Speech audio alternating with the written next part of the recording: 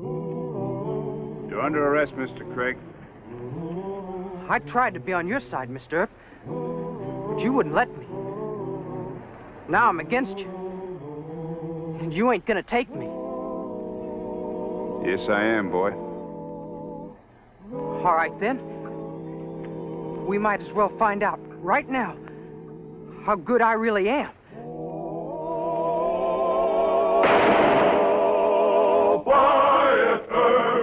Wyatt Earp, brave, courageous, and bold. Long live his fame, and long live his glory, and long may his story be told. The Life and Legend of Wyatt Earp, starring Hugh O'Brien. Before Wyatt Earp had been Marshal of Dodge City for very long, his fame had spread throughout the West. But fame, as Wyatt found out, is a coin with two sides. It is both a reward and a punishment. It brings trouble and carries responsibility. It was Wyatt Earp's fame that brought the boy Jimmy Craig to Dodge City. Hey, Gabe, will you look at that? Hey, son, where's this gun taking you? Like to break his leg, mightn't it? Hey, Ed, here's a gunslinger for you. Something on your mind, mister? I was just wondering, son, what man it is that you're planning to use that thing on. Your old man know you got his gun, sonny? You trying to pick a fight with me, mister? No, son, I'm a peaceable man. You know who this is, son? That's Ed Beatty. But not even grown men pick fights with him. I don't care who he is. He can't make fun of me. Sonny, I think that gun's gone to your head. You better take it back where you found it. This is my gun, and I can use it. Yeah, I bet.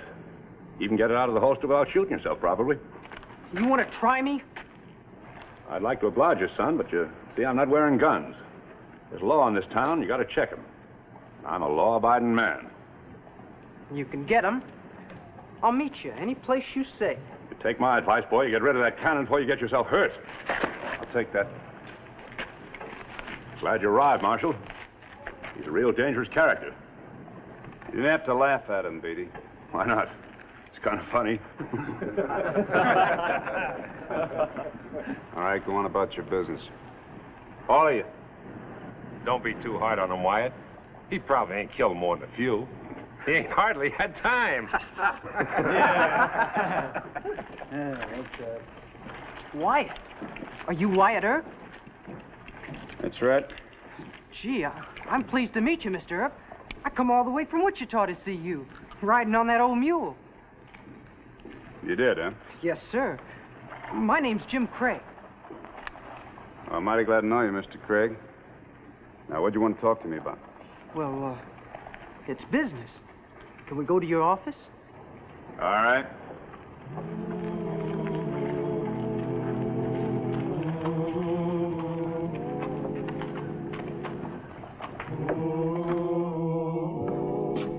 Come in.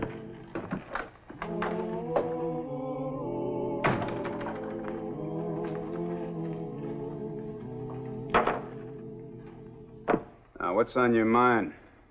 Besides arguing with a gunfighter. That fella a gunfighter, too? Two. Aren't you a little young to be a gunfighter? What's age got to do with it? It's how good can you use a gun? You can use this pretty good, huh? Yes, sir. I've been practicing a whole year at home. Where's home? Well, like I said, Wichita. A farm right outside of town.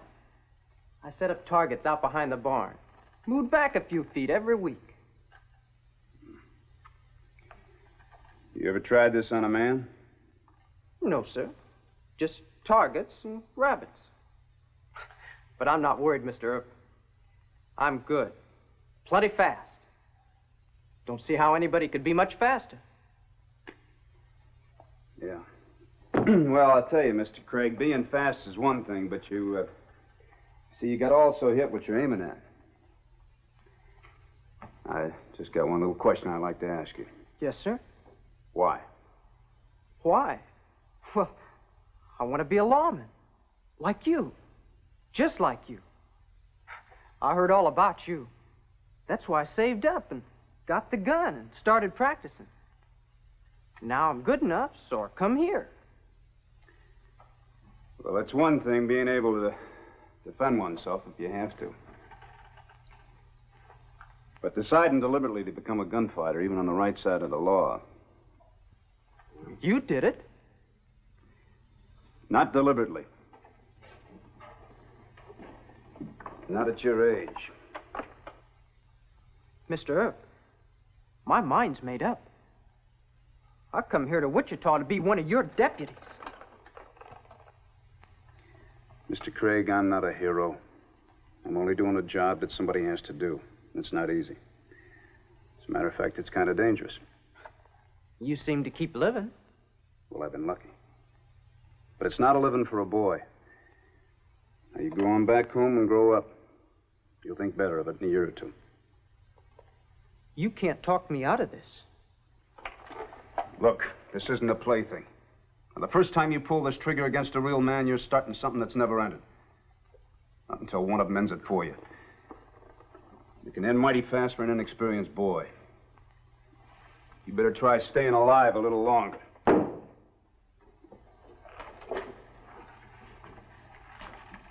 I'm asking, Mr. Earp, do I get the job? No. I need men, not boys.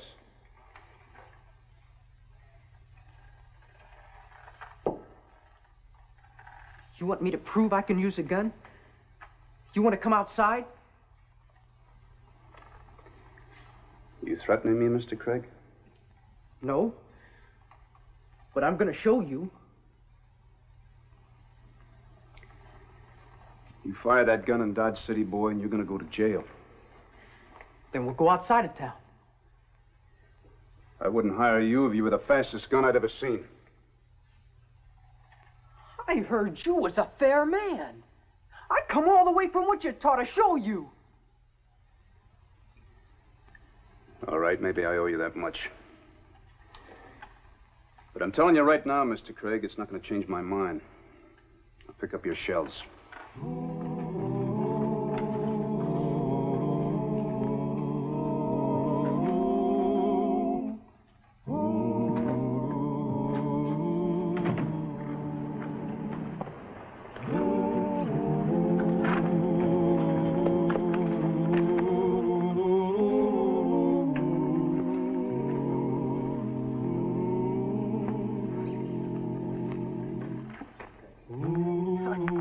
Last night. Couldn't afford the price of a hotel room. All right, you stand over there.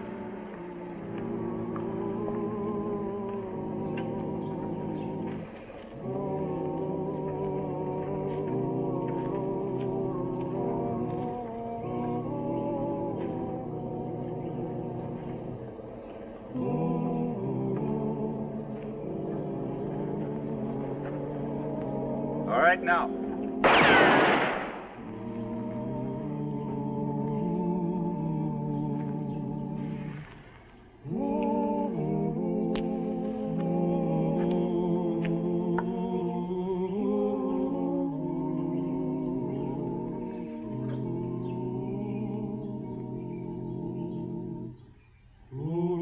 Now.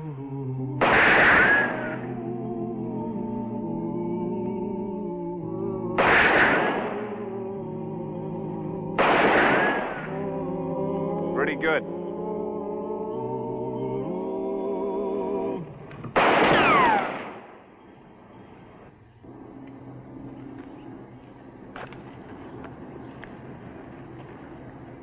I just wanted to point out, Mr. Craig, that the single most important thing in a gunfight is not how well you shoot, but how well you face the other man's bullet.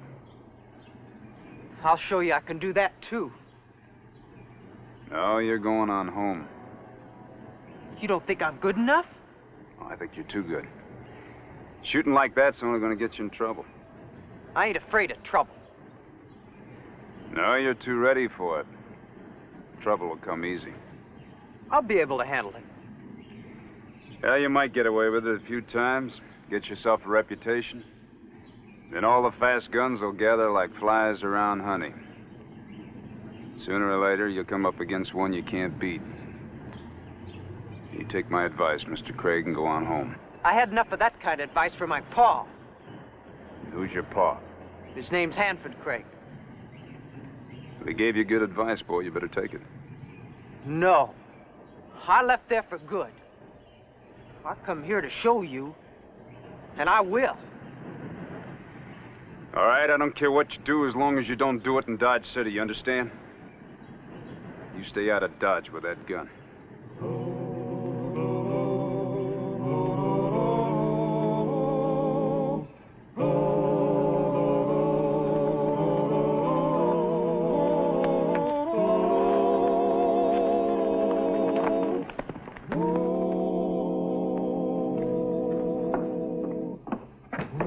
Wyatt, looks like trouble. What trouble? That kid's back in town. With his gun? Big as life, and he's asking for Beatty. And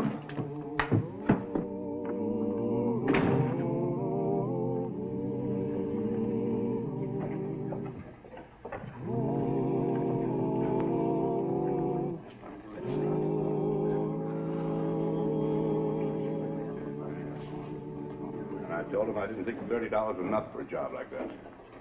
Said I might take a chance for about 50. Well, Sonny, I thought the marshal took that hardware away from you. You do a lot of talking, mister. Now you want to prove up? You can see I'm still not wearing any guns. Well, like I said before, go get 'em. I'll wait. Look, boy, I got nothing against you. I like you. You got spunk. I'm sorry if you took my riding too hard, but let's forget all about it, and then we'll eat dinner, huh?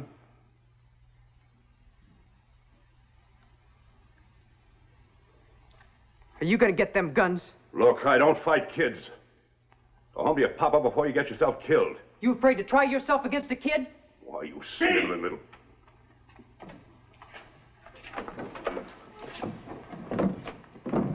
I told you to stay out of Dodge with that gun. Now you're under arrest. No! Marshal, you better keep him out of my way from now on. You just see that you don't come looking for him.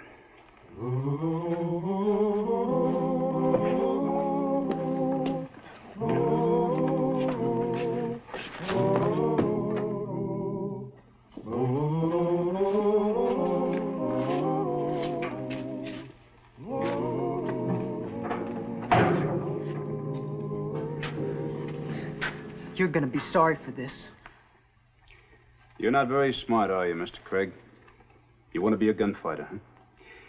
Well, you know how to use a gun, but you don't know when to use it. Now, this morning you started to draw against a man that wasn't even armed. Tonight you tried to draw against me after I had my gun out and already in my hand. You're not going to live very long that way, Mr. Craig. I don't need no more of your advice, Marshal.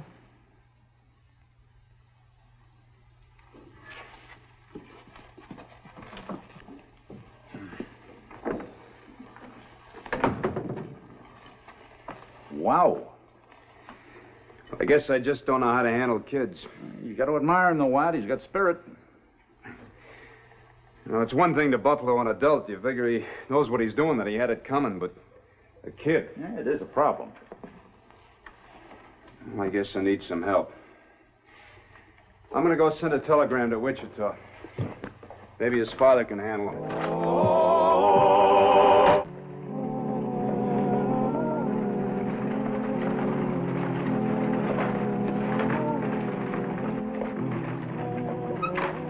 Craig?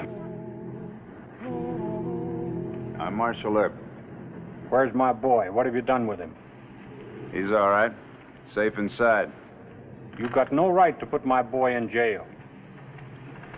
He threatened to kill a man, Mr. Craig. Don't matter. He must have had good reason for whatever he done. Let's go inside.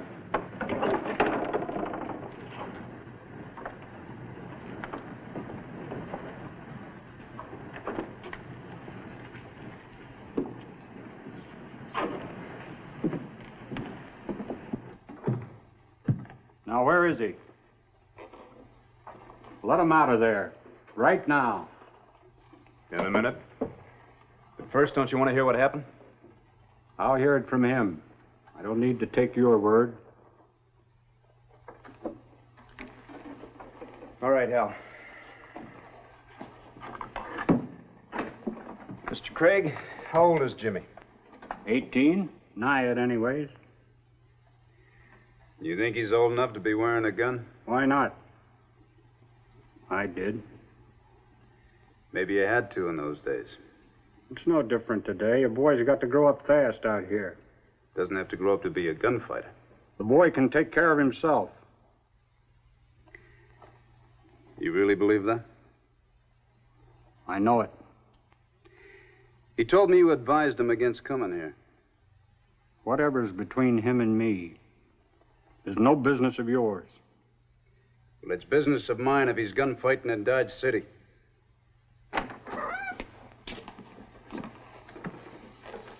Hello, boy. Hello, Paul.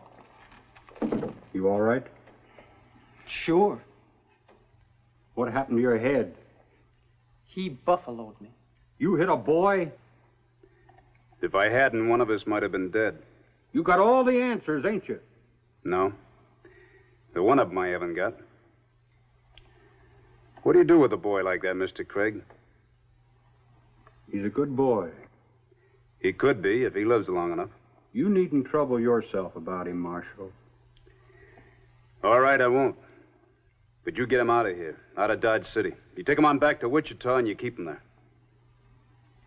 You got my gun, Marshal.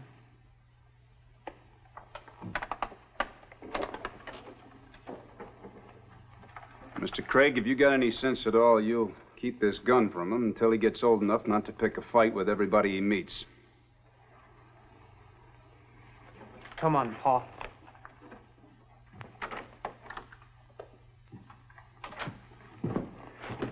And I thought you was a great man.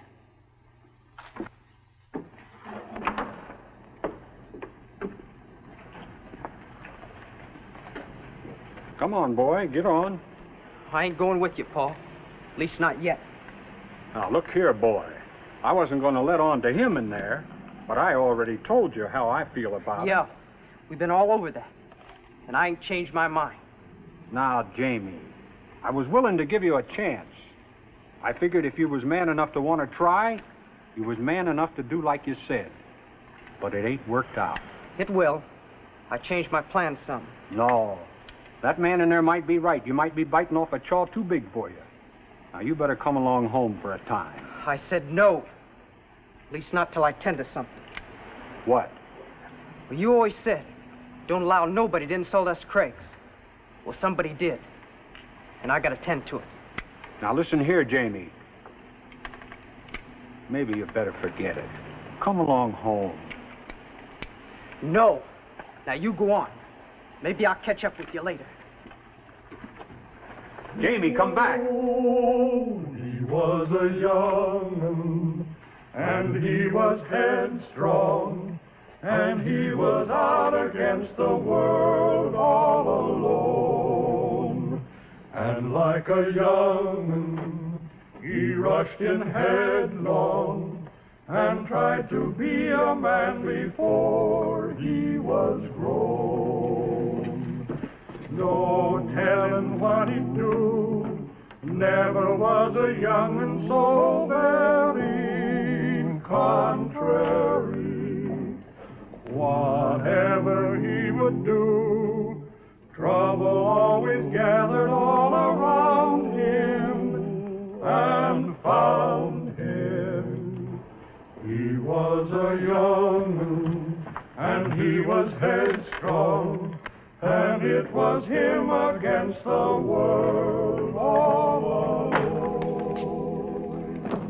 Now you gonna get them guns?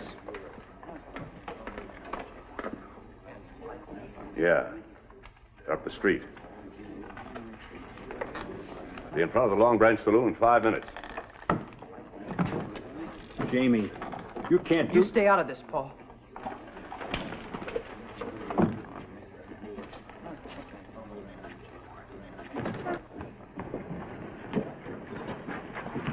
Jamie, you can't do this. That man will kill you. I don't think so, Paul. Anyway, I I've got to now.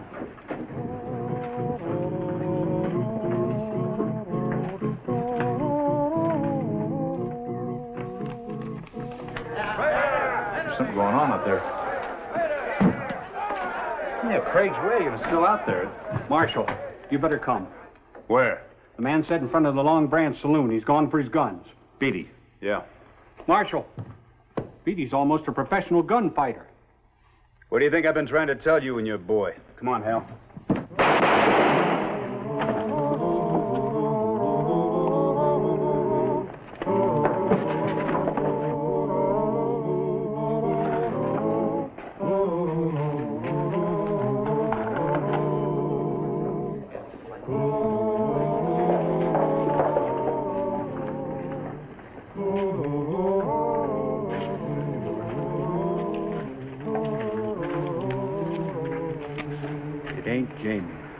No, it's Beatty.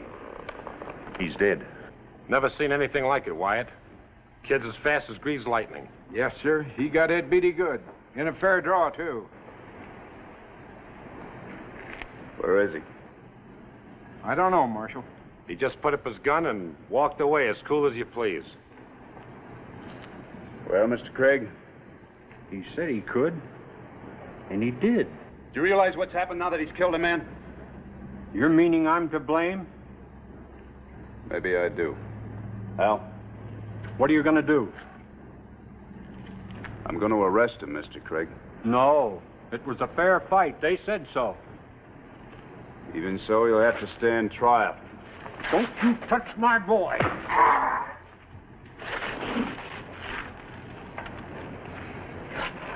He'll kill you. You won't be took. You'll more than likely have to kill him, Wyatt. He's pretty good. Don't take any chances. If you hurt my boy, Earp, I'll kill you. If I don't, somebody else sure will after this.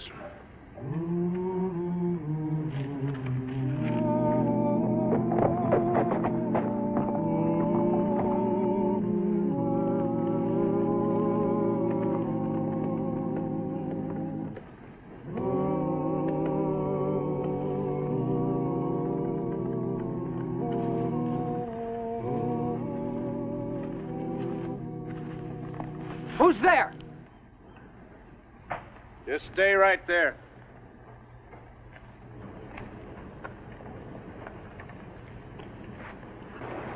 I guess maybe you'll believe me now. You're under arrest, Mr. Craig. What do you mean? It was a fair fight. You have to stand trial anyway. The jury will decide. You can't arrest me. We ain't Dodge now. Just come along peacefully. Drop your gun. No. I tried to be on your side, Mr. Earp, but you wouldn't let me. Now I'm against you. And you ain't gonna take me. Yes, I am, boy. All right, then. We might as well find out right now how good I really am.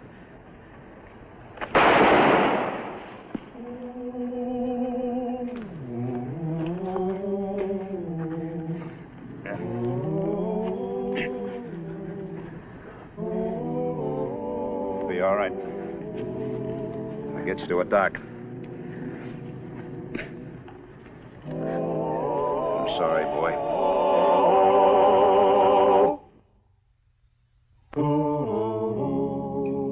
Doc?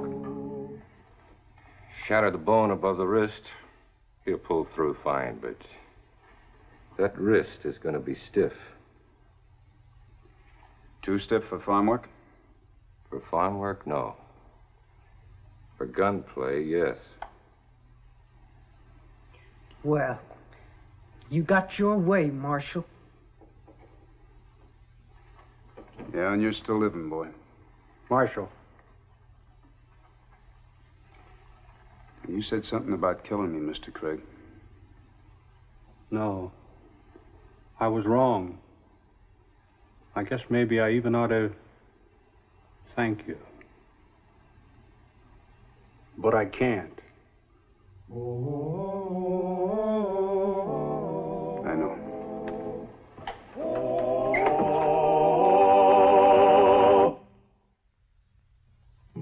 up the country, the old Wild West country. He made law and order prevail, and none can deny it. The legend of Wyatt forever will live on the trail. Oh, Wyatt Earp, Wyatt Earp, brave, courageous, and bold. Long live his fame, and long live his glory, and long may his story be told.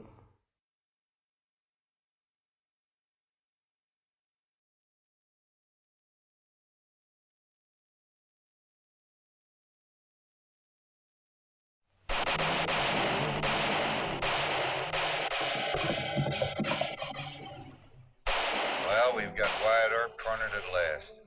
Hold up there, all by himself. Shall we rush him, boss, and get it over with? No. You can't have much grub with him. Maybe one canteen of water. I want Earp to die slow.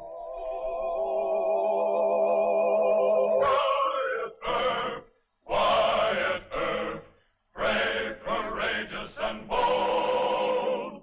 Long live his fame, and long live his glory, and long may his story be told. The Life and Legend of Wyatt Earp, starring Hugh O'Brien. Of all the tough cattle outfits with whom Wyatt Earp tangled in Dodge City, the Big T gave Marshal Earp the most trouble. And of all the attempts to ambush Wyatt, the shrewdest was that concocted by Rance Purcell, owner of the Big T, and Gus Andrews, his foreman. Hired gunmen had failed. A concealed sharpshooter in Dodge City had missed. But the Big T'ers took advantage of Marshal Earp's one reckless habit. This was his desire to go it alone when he investigated reports of certain crimes. And one day at Stony Wells, near the Washita River crossing,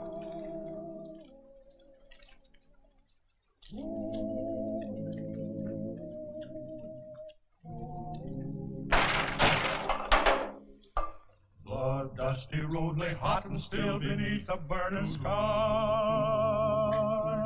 The silence hung upon the air as painful as a cry. And this was not the kind of day for any man to die.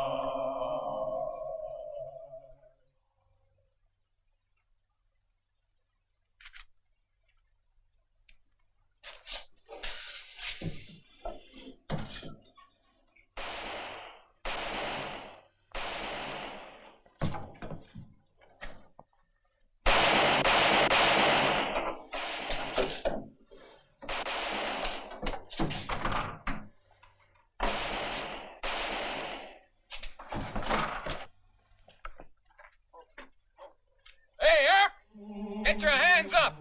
We got you surrounded!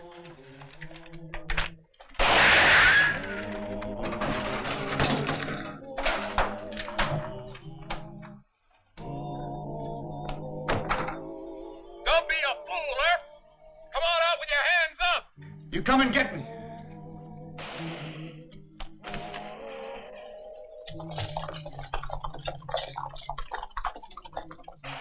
Somebody fighting Indians over yonder? Nah, Big T's got Wyatt Earp cornered over at the old Stony Wells Roadhouse. Come on, chum, it's a free-for-all. How many against Earp? Oh, 30 at least. Boss says we'll get him sure this time. Come on, don't miss the fun. My horse is tuckered, but I'll be there. Okay, come on.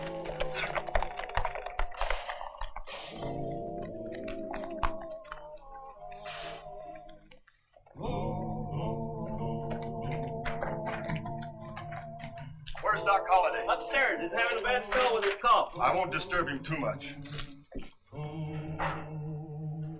And I don't go for 30 to 1, Doc.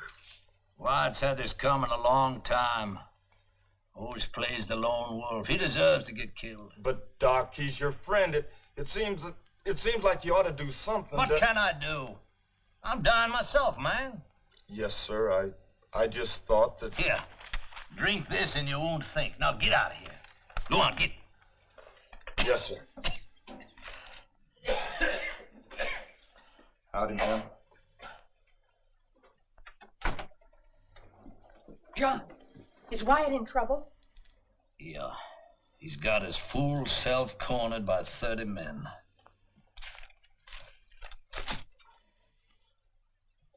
guess I ought to lend him a hand. You lend me one. John, must you? I must. I don't know why, but I must.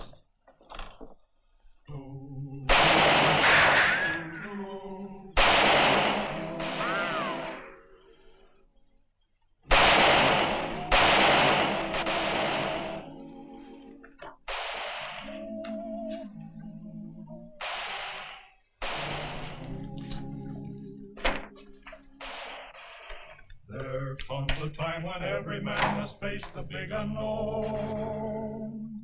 When odds are all against him and he stands upon his own. But friendless is the man who has to face these things alone.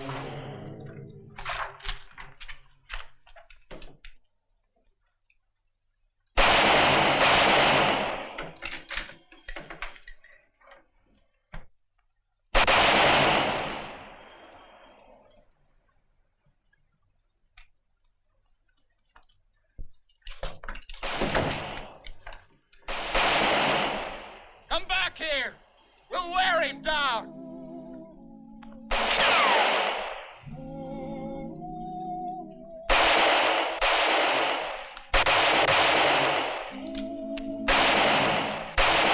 You getting hungrier?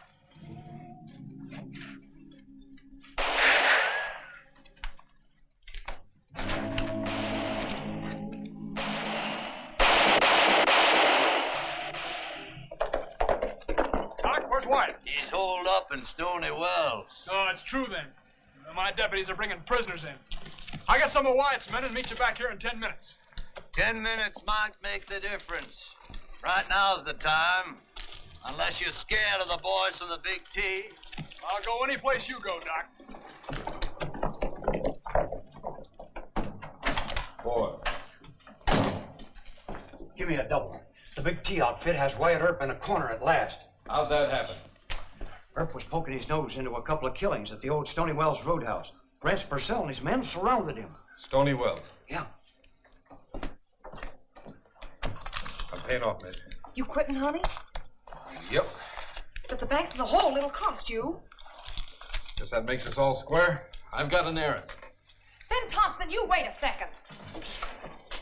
I might eat fond of Wyatt. But Ben, you can't walk out of here in the middle of a game. What are we waiting for, boss? He ain't sweated long enough, Gus.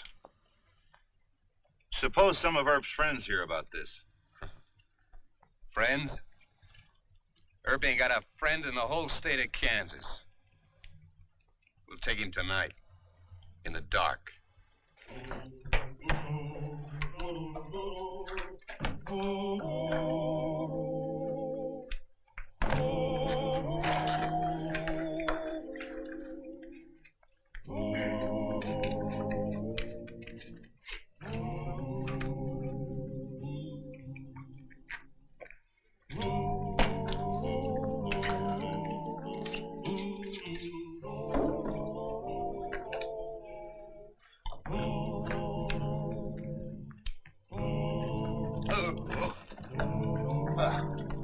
Let's stop here for a minute.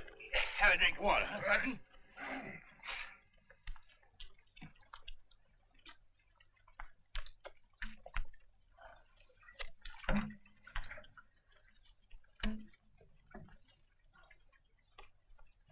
Here you are. I reckon I'll be leaving you now, cousin. Change your mind about helping Earp, Wes? Yeah. And so should you, Manning. Nope. I'm beholden to Earp. Why, you can't take sides with that dang Yankee against Texas boys. I can. He saved my cousin Ori from hanging. Didn't he let you go when he could have killed you, Wes? Oh, my wife begged me not to gun him. Ain't the way she told it to me. She said you tried to use a quick draw holster and it didn't work. She said Earp sprained your wrist instead of killing you. You want to fight, cousin? I ain't running from one. Well, that ain't Ben Thompson. Hiya, Ben. Manning Clements and Leslie Hart. Yeah, howdy. You fellows hear about Wyatt Earp? Wes and I was on our way to help the marshal. But Wes got cold feet. Won't you say I'm yellow? Hold it, Wes. I owe Wyatt considerable, and I'm going to pay him off if I can get there in time. You're going to take sides against Texas boys in favor of a Yankee? John Wesley Harden. Seems I recall a poster or two where you're wanted by the Texas Rangers. You're a real patriotic fella, ain't you? Get on your horse, man. We ain't got too much time. Holster your gun, friend. Wes will ride with us. Yeah, my own free will, Thompson. Oh, good for you. Hit the leather. Oh,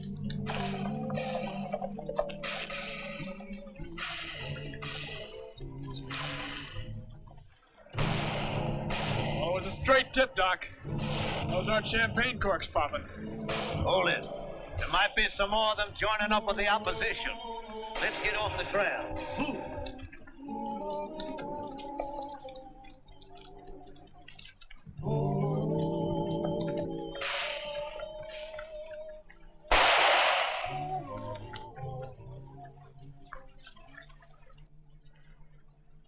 Where's Harden?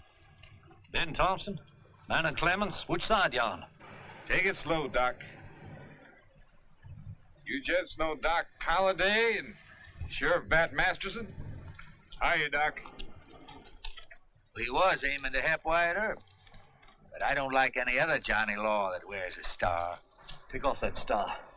I don't see what a star We're is. not helping Wyatt any by picking a fight with these gentlemen. They're great artists with a 6-gun. Or didn't you know? I know. Quite a tribute, Wes. Sheriff Bat Masterson there's quite a hand with the Colt, I hear. All right. I'm friendly. Good. Now we'll have to talk this over. We'll use some strategy. Seeing that mine is the only intelligence that's trained in deceit and slimy tactics, I want to offer my advice.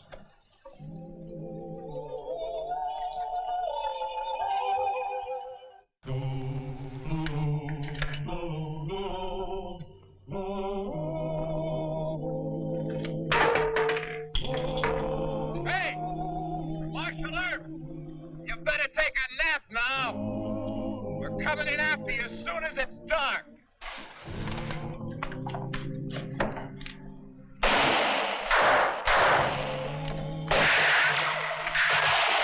The idea is to try and reach Wyatt one by one and by different directions. So they can pick us off one by one?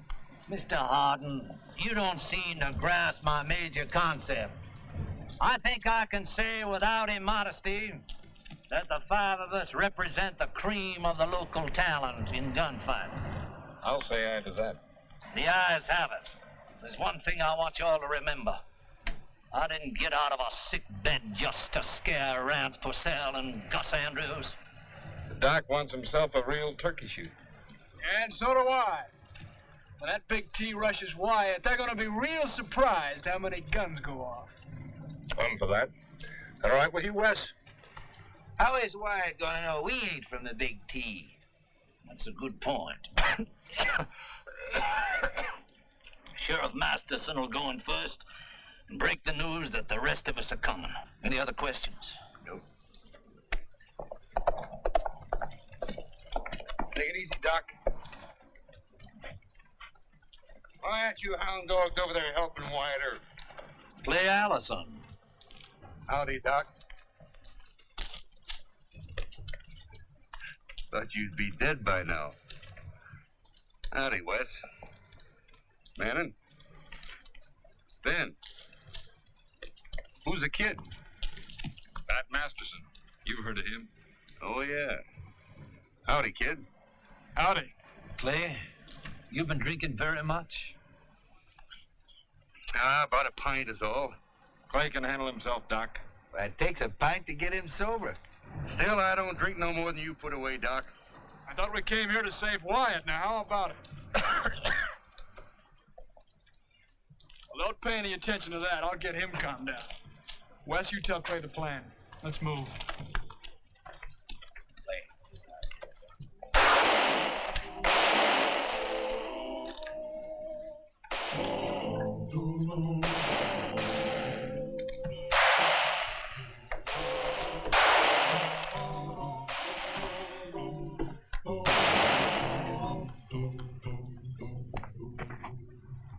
no sense in waiting for dark, boss. He's low on cartridges.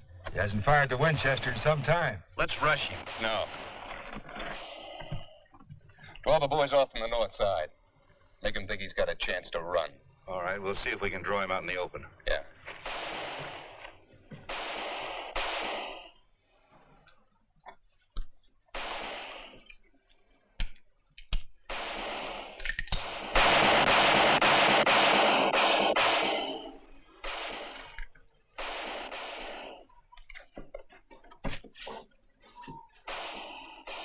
Hey, you men on the north side! Boss wants to talk to you.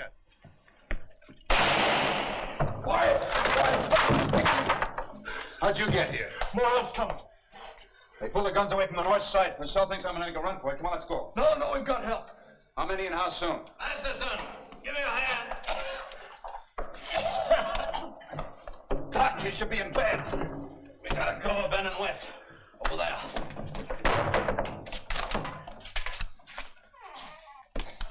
They didn't even see us. Howdy, White. Howdy, Ben. Manning and Clay are coming in from the north. Remember me, Wes Harden? Yeah, sure do. Anybody got any whiskey? You don't need whiskey, you need rest. Anybody bring water? Water? We brought guns. Ain't that enough?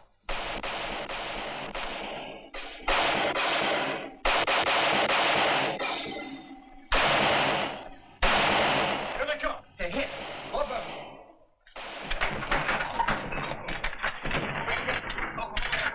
Take care of Madden. Get the door. Who are those men? Too far to tell. A word got out. Oh, they're just a couple of deputies, boss. Both of them are hit. Let's move in. No. No, not until I'm sure it isn't a posse. I'm checking this myself. Every man lays low till I get back. I'm sure glad you brought this ammunition. I was down to my last 4 shells. We're paying off the debt, Marshal. Now we'll consider it paid. Can you travel? I reckon. What do you mean, travel? Just what I said. We'll get out of here the same way you got in here. White. What do you mean? We made a deal with Bat. This is our show. Let White say what he'd do. He wants to run. We aim to fight. Doc Holliday, Manning Clements, John Wesley Harden, Clay Allison, Ben Thompson, and Bat Masterson. Great gunfighters. Now, you know we can pick off at least 12 men out there. Well, what's wrong with that? The Big T ambushed you, and they plugged Clay and Manning. See, Wyatt? Most of us here are Texans. We don't think bushwhacking's fair, and besides, 30 against 1. That calls for punishment. I'm running short of breath and temper, White. We ought to tell the Big T what they're up against. Give them a chance to surrender. Oh, that's fine. White! You're so ethical. You want them. Thank you, Doctor. Give me that stick. Got a handkerchief?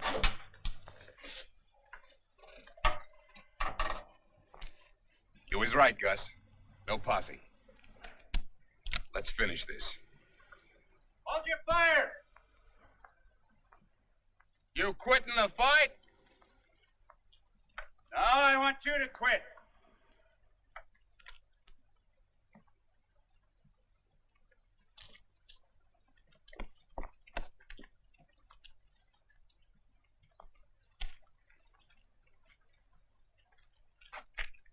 What kind of a bluff is this, Herb? No bluff, Mr. Purcell. I got 6 men with me. The best gunfighters in the country. You're a liar. You've only got him and 2 scared, wounded deputies. All right, move in! Kill him!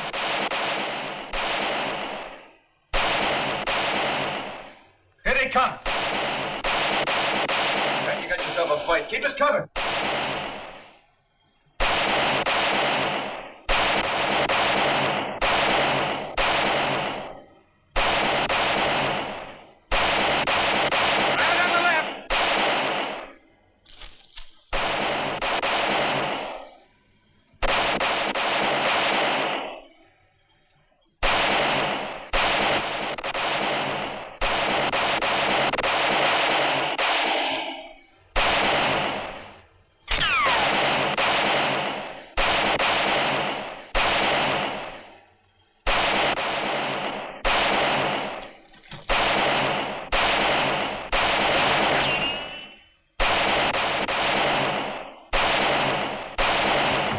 up the whole window, cousin. Go get your own window. Don't be selfish, cousin, man. That was Ben Thompson, Wyatt. There's a lot more of them in there, too. Ah. Look at they're shooting from all the windows. Herb wasn't lying. He's got that place filled with fighting men. Let's give up. Let's move. No. We're doing this wrong. Big T! Hold your fire! I want you back here with me! Purcell just doesn't believe it. Looks like they're getting ready to rush the door. Let's go outside and get them. No. We want Purcell and Andrews. No sense in shooting a lot of hired hands. There's quite a few of them down already. Wyatt's running this fight, Doc. When we came here, Wyatt was holed up like a rat. Now he wants to call off the fight. I say we put it to a vote. I'm not for calling off the fight. I want Purcell and Andrews, but only if they force us. Put it to a vote. All right. You for me or for Doc? Doc, let's just see how popular you are. Wes, how do you vote? Wyatt. Ben? Wyatt. Wyatt. Wyatt. Just a passel of sissy boys. 5 big T's are dead, and a half a dozen are winged. I vote for John H. Holliday. Count me out. Give him back his gun. Well, I didn't have him cut loose at all. He won't do that. Here's your gun. We still may have to use you. What? They're coming right at us. All right, Herb. You and your deputies come on out and make your fight. Now, let's go.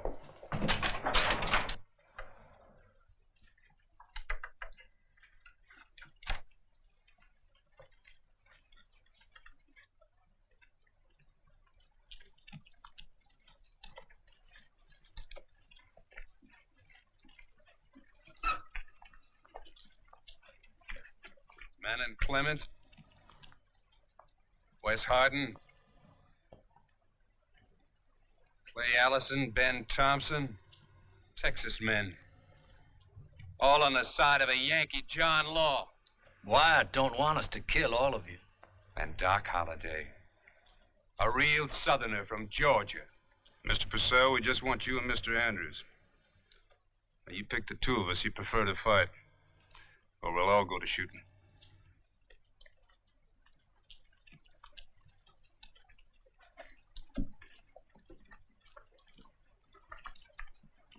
No. You make your choice. The rest of us will stay out of it.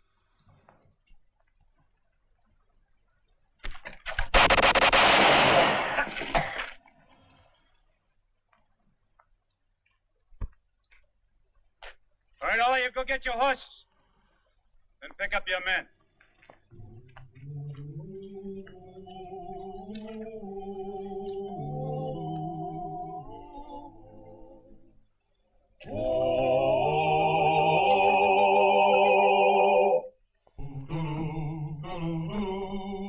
What? Yeah? The boys are getting ready to leave. Aren't you going to say anything to them? There's nothing to say. Well, as always, thank you. It sounds stupid. Well, you might at least tell them goodbye. Bad manners. Bad manners. My lot of friends you've got. Go through a hot tussle with them, and all they leave me is half a pint. Just half a pint. They all left? Yep. Marshal Earp hasn't any manners either. He didn't even say so long to men who risked their lives. Why should he? Rascals, killers, hoodlums. Wyatt'll pray for their poor souls. Won't you, Deacon? Yeah, I'll pray for yours too, Doctor. I came here to investigate the murder of these two men. That's what I'm going to do. Take the doctor on back to Miss Kate. Yes, sir. He should have said so long. Don't be an idiot. What did you say when he saved your life? Well, nothing. Then remember that. And remember how the good Lord gave you the wisdom to keep your mouth shut.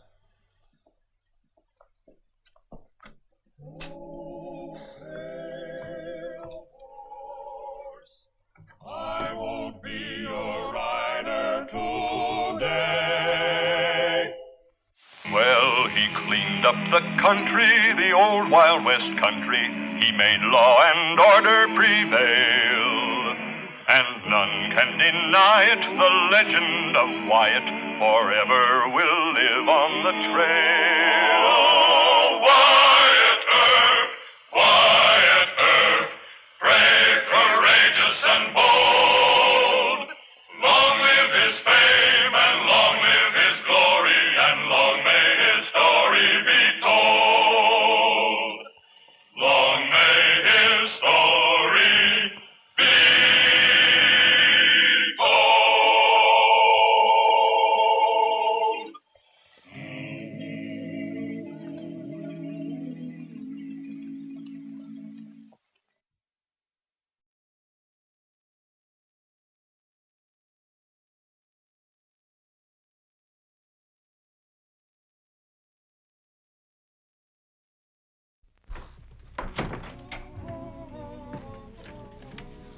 Wyatt, show me $3.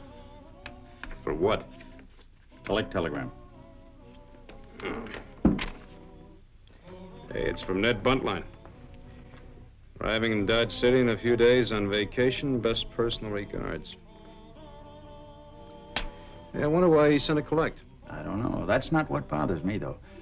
I'll never forget that last visit he paid us. Him, Buffalo Bill, and that German prince, remember? Yeah. We pulled that fake stage holdup, backfired, and turned out to be a real kidnapping. Yeah, I'll never forget it. Say, Wyatt, Buntline must be in serious trouble to send a telegram collect. Well, if he is in trouble, I'll do my best to help him out of it.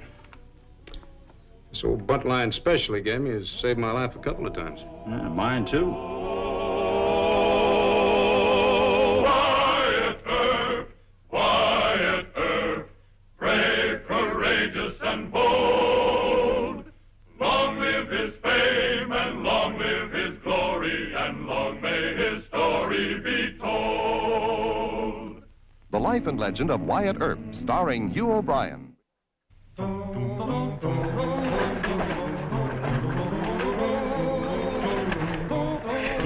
Well, we made it. There. Thank you. There. I thank you, sir, for your courtesy.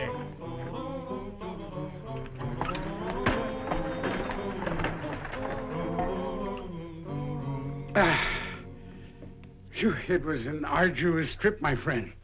An arduous trip. Well, you didn't come all the way by horseback, did you? Oh, no. I picked up a wagon ride from a migrating family and then from a farmer, and the truth is, Wyatt, Ned Buntline is broke. Oh, I'm sorry to hear that, Mr. Buntline. Well, I've fallen on some evil days. Well, surely between your writing and that Wild West show you have with Buffalo Bill Cody, it seems that you would have... Well, the Wild West show doesn't start for another 4 months. And as for my writing, my last efforts have been rejected. Rejected. Well, are there any reasons? Well, yes, the publisher said my new stories lacked authenticity. Well, maybe they do. Yes, well, the same thought occurred to me. That's part of the reason why I'm here, Wyatt, to replenish the well. Well, I'm afraid you're going to find it awfully quiet here in Dodge, Mr. Buntline. That's my job to keep it that way. Now, what's the other part of your reason? Well, the other part is that you're the only... I mean, I hate to impose on our friend... Don't worry about it, Mr. Buntline. You go on over to the hotel and check in, get yourself a room. You charge all your meals to me, huh? Thank you, Wyatt. I'll pay out of the first week of the tour. No, you won't. No, I tried to repay you for the Buntline special you gave me, and you wouldn't accept it. Now you're going to have to. You know, this is the most accurate gun I've ever used. I'm glad. Hello, Mr. Buntline. Well... Good to see you. Ah, it's good to see you, young man. Well, if you will pardon me, Wyatt, I have to go over to the hotel and register. I'll see you later, huh? We'll have dinner, all right? Oh, good, good. Splendid. Thank you.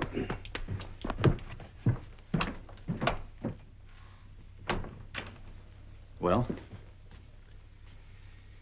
Mr. Buntline is temporarily broke. Is that all? Hal, for a proud little man like Mr. Buntline, that's enough.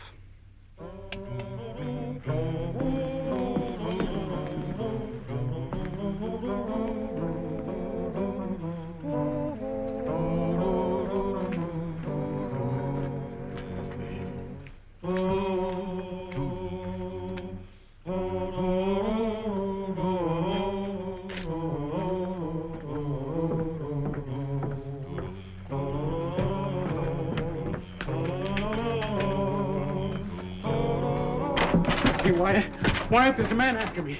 There's a man after me. Wait a minute, who's after you, Mr. Buntline? He followed me all the way from St. Louis. He's going to kill me. Oh, now, don't do that, because I tell you the man is after, and he's a very dangerous... Relax now. Now, just tell me the whole story.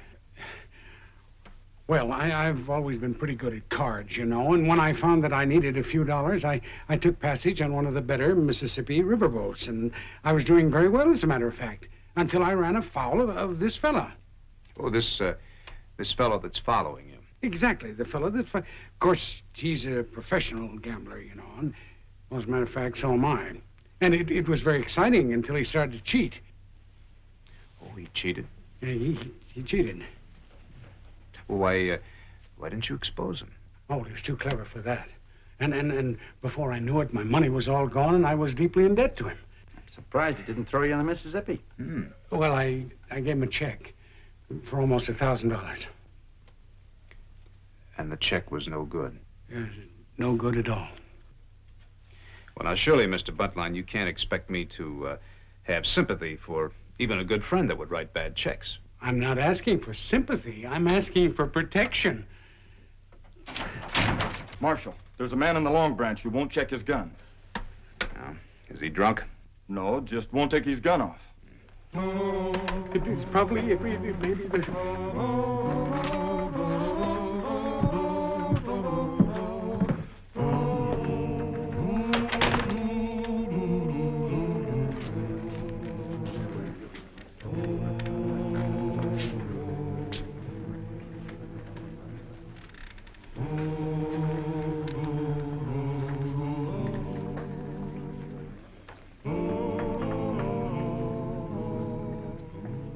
Mister, there's a law in this town about checking guns. You're breaking it. I don't expect to be here long. Why don't you leave now and save some trouble? I'm not finished with my business here yet. You're refusing to check your gun or leave town, right? That's right. Mister, your business is finished. Could I talk to you privately, Marshal? All right. Not with that gun on. Unbuckle it.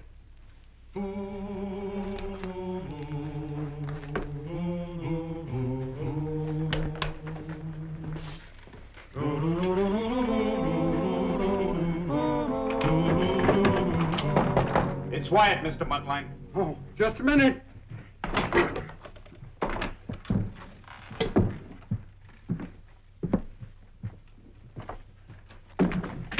Sit down. What's your name? Would you look at these papers first, Marshal?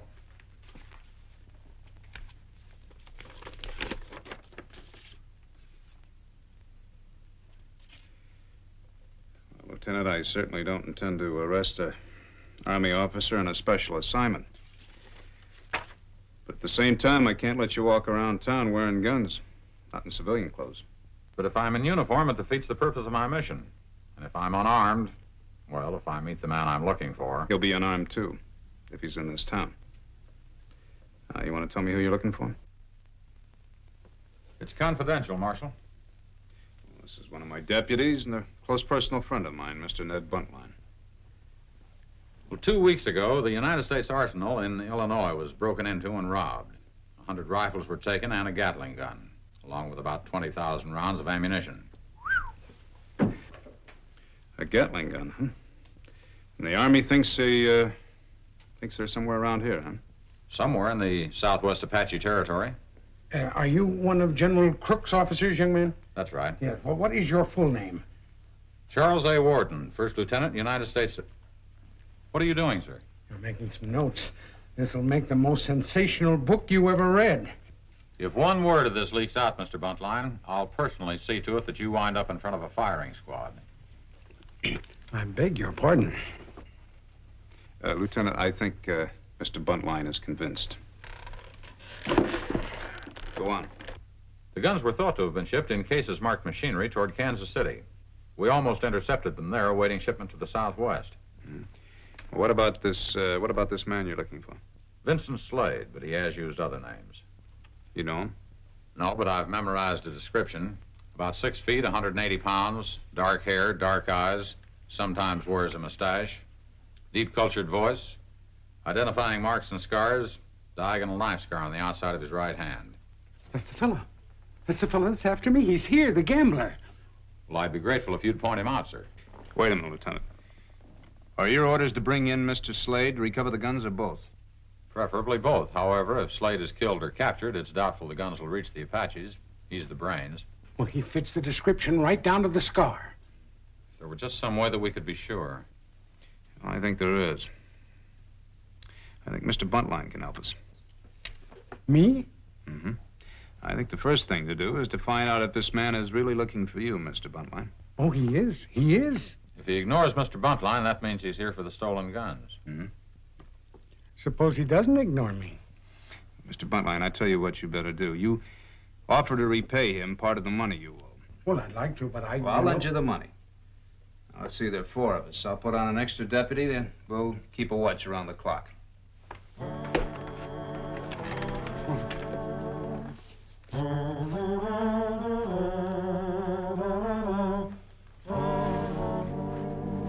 Mr. Buntline has found our man. Cal? Go check his hotel room. Right. Lieutenant, you better stay out of sight. Some people might remember you refused to check your gun.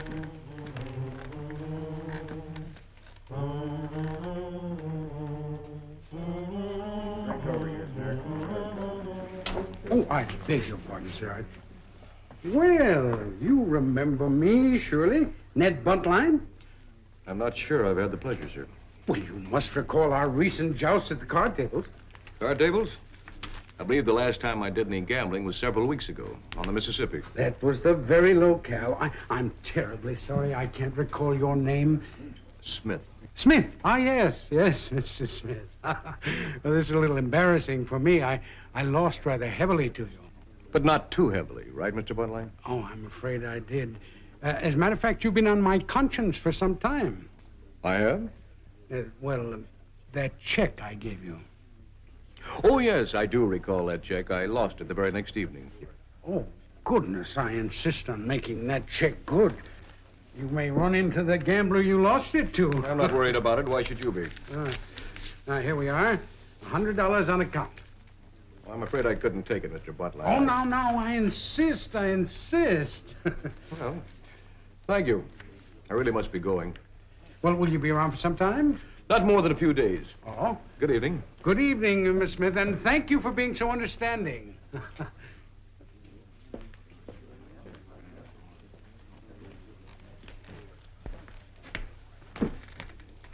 Did you see the scar? He's our man. Nice work, Mr. Buntline. Well, did you find anything else? That was all. Apparently, he doesn't even have a gun. He's probably got his gun on him. Well, I hope he doesn't try to use it. If he does, I'll have to arrest him, and there goes our plan for seizing the rifles right out the window. I'll take the first shift of watching him.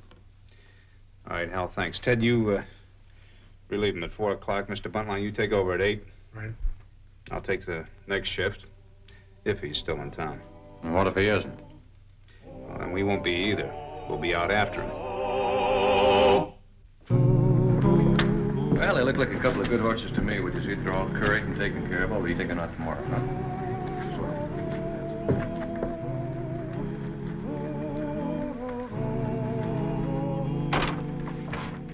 He's back in his hotel room. He's probably waiting for somebody to reach him. Lieutenant, keep an eye on him, huh? You know, I've been figuring out here how much those guns are worth to him. There's $20,000 for the rifles, and then there's the Gatling gun and the ammunition. And don't forget, the Apache's paying gold. Yeah. You know, just to make sure he doesn't sneak out on us, we ought to watch his horses. They're all hobbled in Mr. McKay's meadow. The wagon's there, too. Yeah, Wyatt, that's a good idea. Hey, Wyatt, let me do that, will you? I haven't been sleeping nights anyway. All right, Mr. Butler. Ted, take him out there and show him where the meadow is, huh? You come right back. Sure thing. Thank you, Wyatt. I've been itching for action.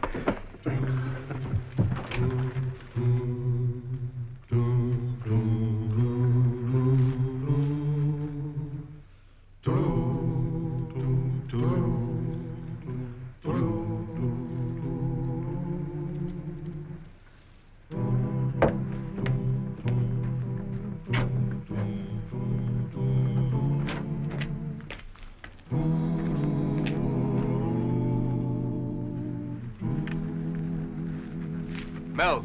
Here we are, Vince. Unhobble the horses and hitch up the team. Get me my saddle.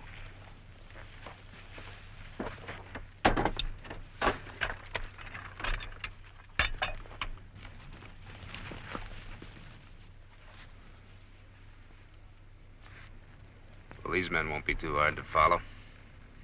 Hal, Ted, bring the horses. What about Mr. Buntline? We can't go looking for him now. If he's fallen asleep, let's hope he stays that way.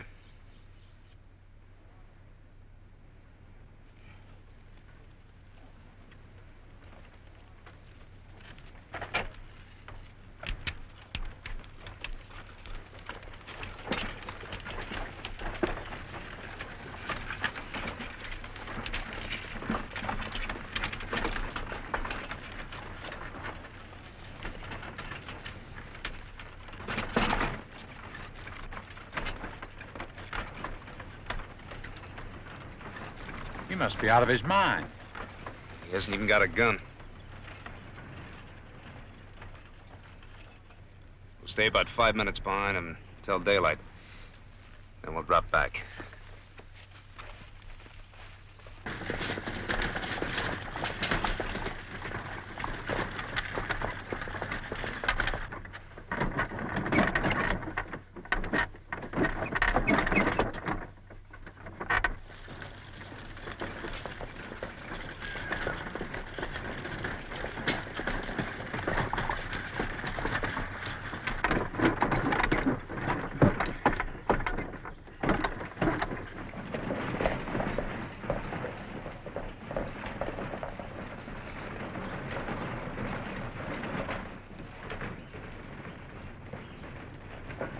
Hello, boys. Any coffee inside?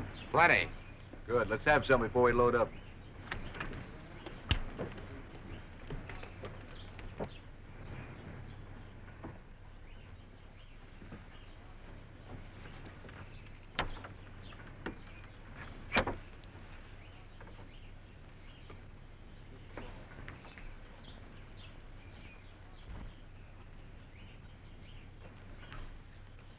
And once we're past Cimarron, it's easy.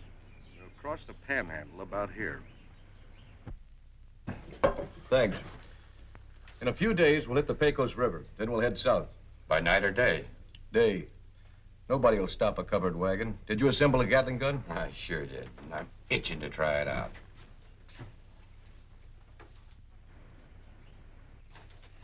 We got more cups than we need.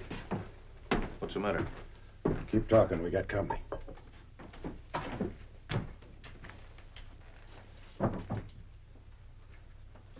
We may get a chance to use that Gatling gun in case anybody gets nosy.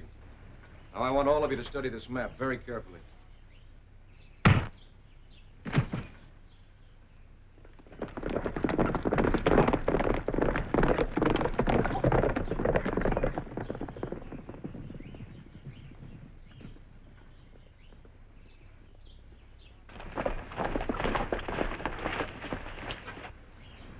Well, I got a good idea where they are. That old prospector shack. Yeah. We better split up and approach from different directions.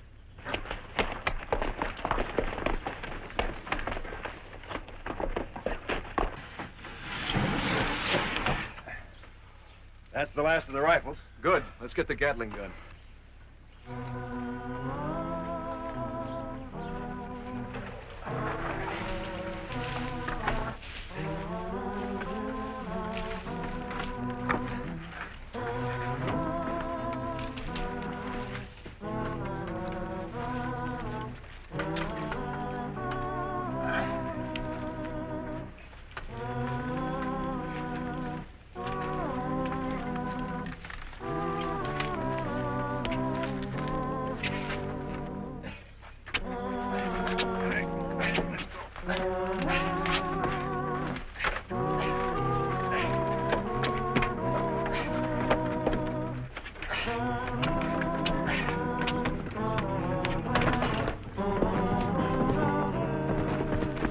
Vince, there's 4 of them trailing us. How far away are they? Well, not more than 10 minutes. Hide the wagon over there in those rocks. We'll spot ourselves around the cabin. No one is to fire a shot until we're sure we can get every one of them. Understand?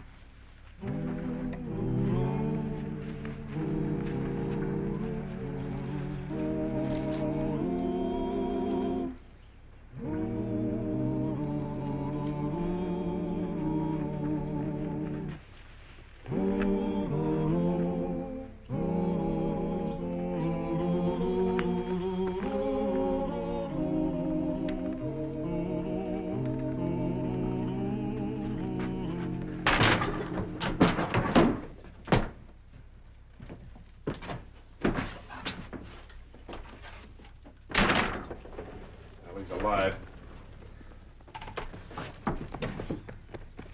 It's Ted and the lieutenant. The minute they step outside.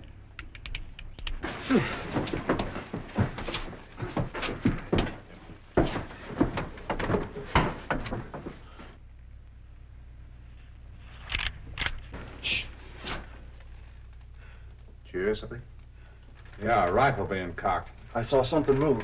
Next time you see something move, shoot. Oh, Mr. Butler? What? What happened? Oh, I heard him talking about the route they're going to take. Across the Panhandle and the Cimarron, and then south to the Pecos. They couldn't have started it. We'd have seen them. There's one of them.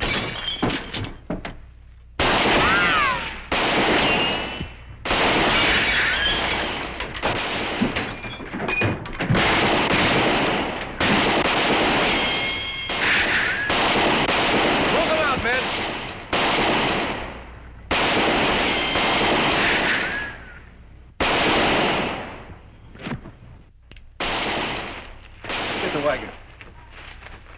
There goes one! Now, close that door. Go on, I'm on.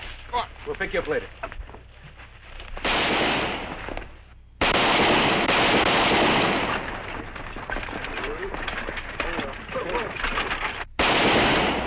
Oh, no. What is it? Get out in your faces, everybody!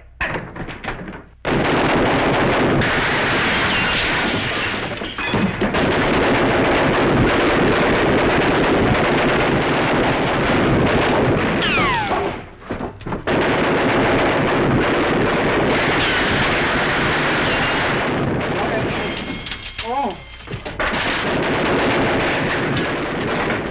Hey, Wyatt, there's a cellar down here.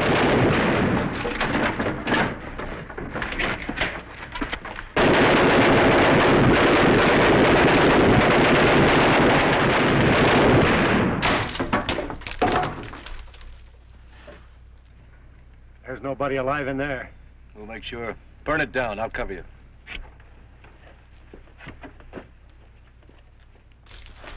Now's our chance. I think they're reloading. Mr. Buntline, here's where I use your gun.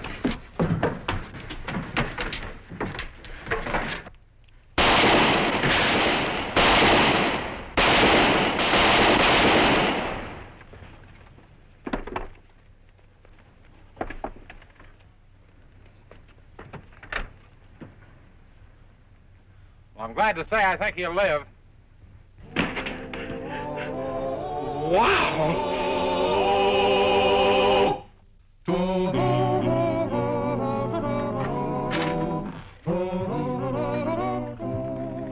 now, don't tell me you gentlemen have been up all night. Hello, Warren. Good morning, Marshal.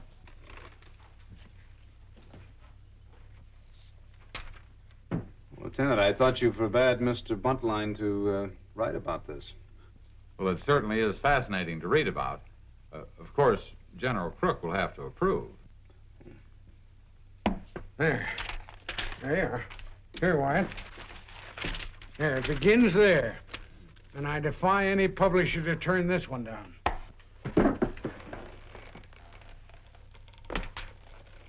Well, I never thought I'd hear myself say it, but sometimes it certainly does pay to be dishonest. I beg your pardon? I said it pays to be dishonest, or for some people. Well, suppose you hadn't written that bad check on the riverboat. Why, do you realize you probably changed the whole course of history? You put all that in here, of course. I certainly did not. Don't you remember I told you that that other fella cheated?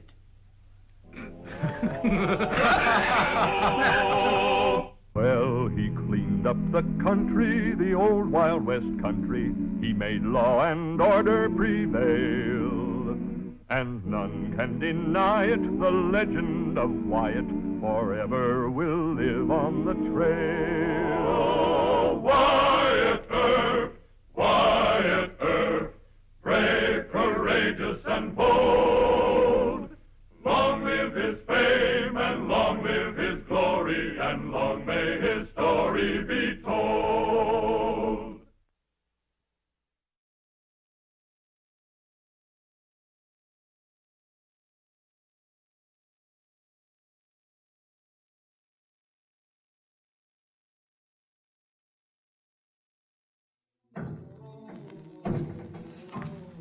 Lou, if you got any sense at all, you'll get some rest. I can't sleep. You better. We better save our strength for tomorrow. I'll have plenty. Right after they holler lunch. You get this pain, see, and... No need to go over it anymore, Lou. I'll handle my end of it. Relax. I won't be relaxed until I've settled up with the skunk that put me in here. You've been talking about this Wyatt Earp and what you're gonna do to him for years. So where do you think will be the first place they look for you? Dodge City, that's where. Let them look. Maybe they'll even find me. But not till I've paid Earp what I owe him.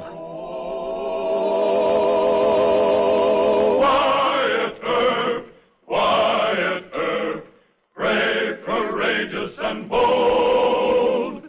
Long live his fame, and long live his glory, and long may his story be told.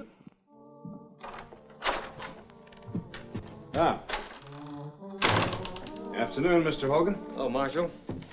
How are things? Oh, real quiet, Marshal. Marshal, I've been meaning to ask you If you could take over the night shift, Mr. Hogan?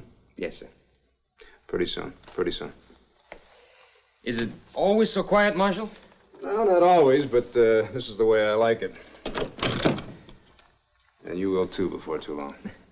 Hey, you're about to lose a button there. Yeah. Yeah, thank you. You know, one of these days, somebody's going to invent a button that won't come off. Any interesting mail? Usual stuff. Nothing urgent. Well, you're off duty. And it's a nice Saturday afternoon. Hal and I can handle it. Say, hadn't I heard something about you and that pretty young widow? What's her name? It's only wishful thinking, Marshal. I can hardly get her to talk to me. Well, maybe you're using the wrong approach, huh? Maybe. Well, I'm not alone. Evidently, every other bachelor in Dodge is using the wrong approach, too. Marshal, this just came in for you. Well, thank you, Mr. Rankin, but there's no need for such haste. Read it, Marshal. All right, but just sit down and rest yourself. I can't. I gotta get back to the telegraph.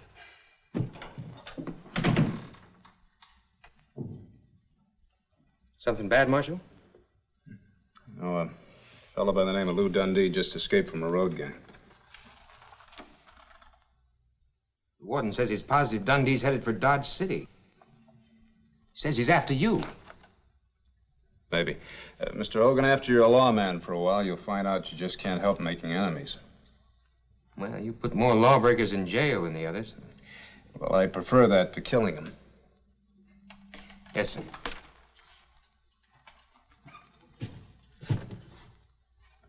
Marshal, this man Dundee, he's... If he hasn't changed since I sent him to prison and comes here, I'll send him back. Yes, sir. Afternoon, Marshal. Afternoon, Mr. Hogan.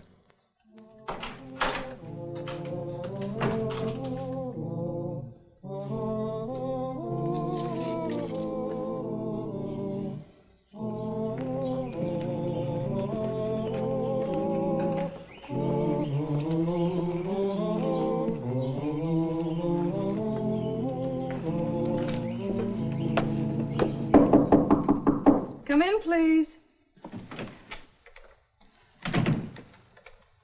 Hello, Marshal. Good afternoon. I'll be with you in a moment, sir. Thank you. No hurry. Well, Mr. Hogan, looks like you have the same problem I have. It must be an occupational disease, huh? There you are, Mr. Hogan. That's the fourth one this week. Thank you, ma'am. Thank you, Miss Phillips. Thank you very much. You're welcome. Marshal?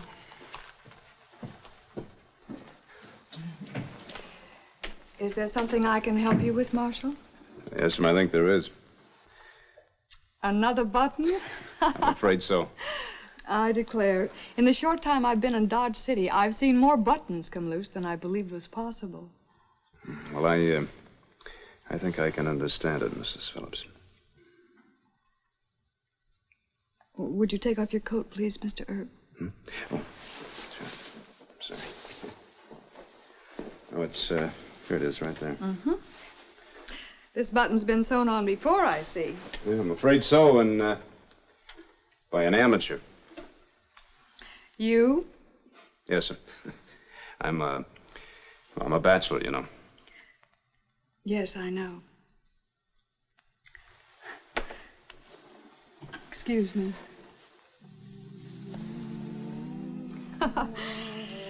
My hand seems a bit unsteady today. Well, maybe you're tired. Maybe.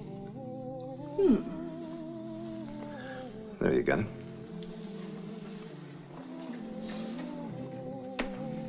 Are you planning to make Dodge City your home, Mrs. Phillips?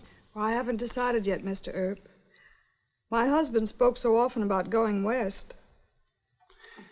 Well, I can understand how he felt. I'm sorry Mr. Phillips didn't live to see his dreams come true. So am I. Thank you. He was a good, kind man, almost like a father to me. Quite a bit older than I, but a wonderful gentleman. There you are, Marshal. Thank you very much. That was quick. Mm-hmm. Oh, you have a thread hanging. Well, that's all right. I can fix it. Just hold still. There now. That'll stay put for a good long time. I'm sure it will. Mrs. Phillips, I'd like to... To pay me for it? Oh, for one little button. Somebody performs a service, you ought to... Well, think of it as a favor from one friend to another. Well, thank you kindly, ma'am. You're welcome.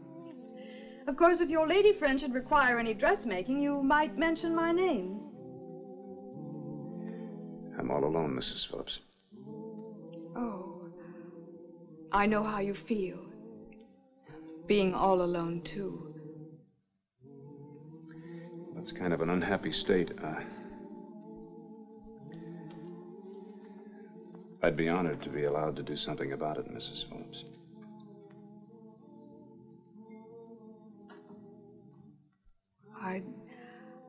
I'd like to think about that, Mr. Earp.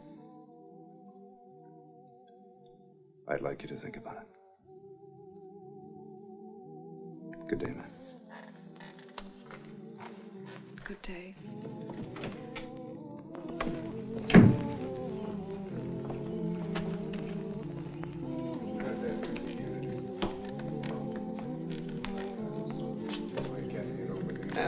Howdy, Mr. Burns. How are the children? Fine, thank you. You know, it's a nice, quiet day. Quietest Saturday I've seen in a long while. Say, did your deputy catch up with you yet? Hell, no one. He came busting in here 3 or 4 times looking for you. He did. Well, I'll just sit around here and wait for him. Then say, could I trouble you for a cup of coffee? No trouble. Sit right down, Marshal. Thank you.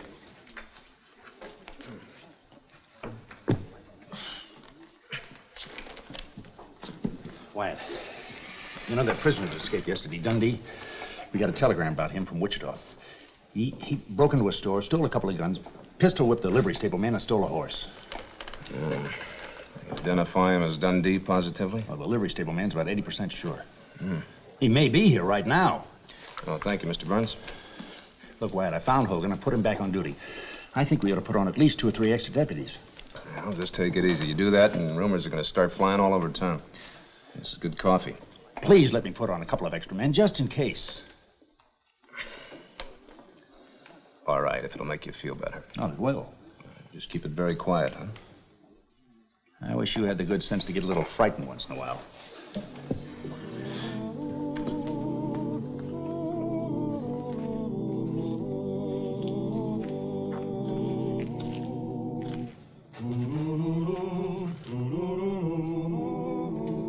Good evening, Marshal.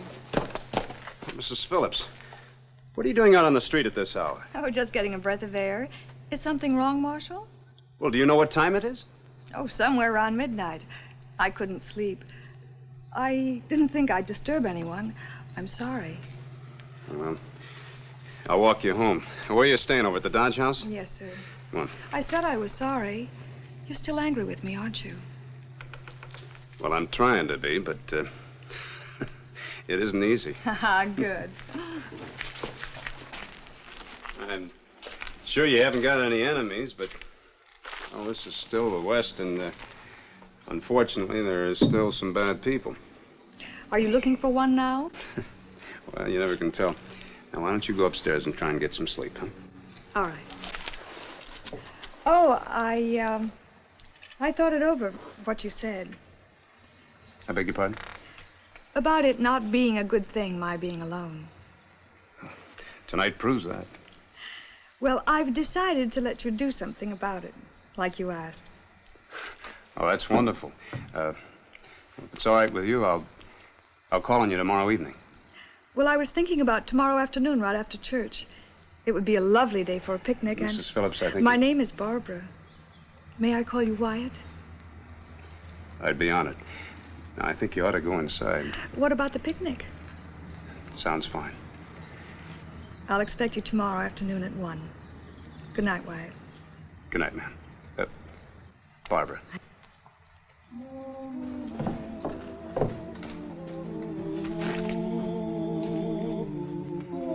Barbara?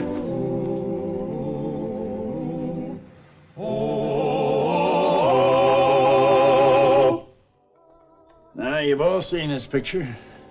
You sure you'll recognize it? I'm sure. Pick out a spot in the main road from Wichita. Hole up there where you can't be seen and... Well. Good morning, gentlemen. Morning, Marshal. Did you two get any sleep? I napped a little. Oh, I'm not tired, Marshal. Oh, good. Maybe you'll do a big favor for me, Mr. Hogan. Oh, I'd be glad to.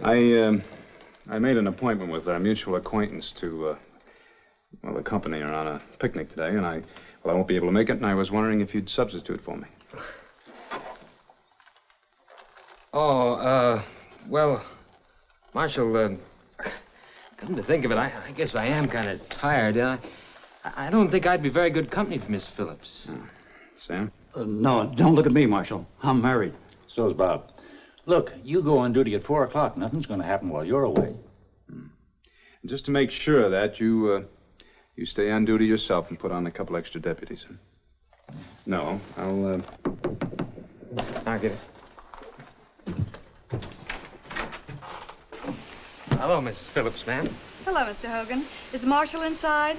Yes, ma'am. I'll get him. Thank you. Marshal. All right.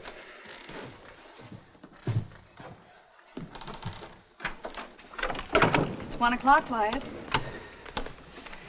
So it is, Barbara. I was just on my way over to see you. Thought I'd save you the trouble. Lunch is all packed and it's a beautiful day. Barbara, I'm very sorry, but I'm not going to be able to go with you today. But you promised. Well, I know I did, but... Well, something came up and I can't leave town. Maybe next week. I was looking forward so much to this afternoon, Oh, don't cry, please. I beg your pardon, Wyatt, but I think we can take care of any emergencies that might come up while you're away. Maybe you're right, Hal. Come on. We'll be over in the Grove if you need me. Right.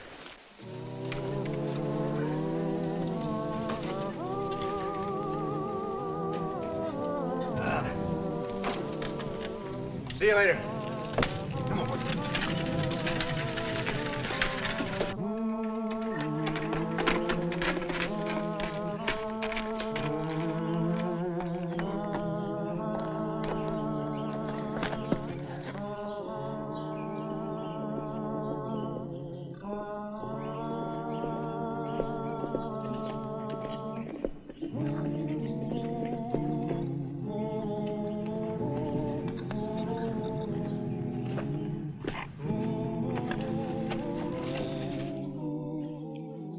This is wonderful, you know.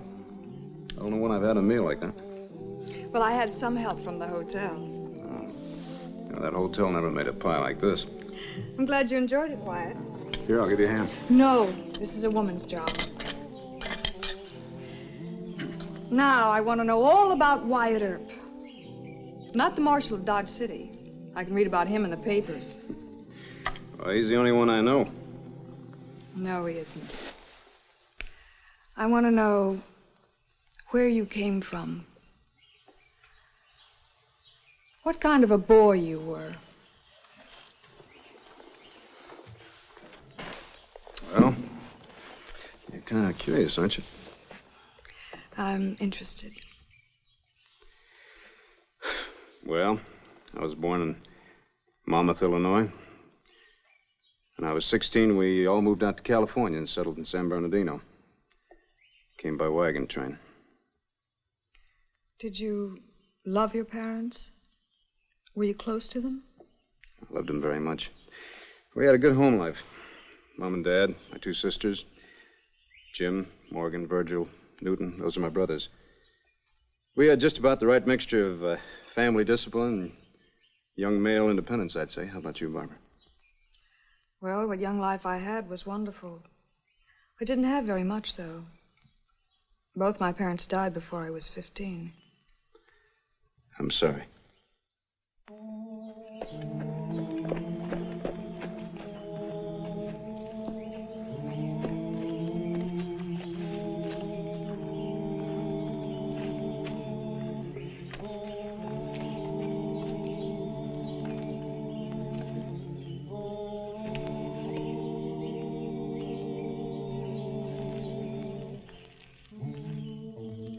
My father was a horse trader.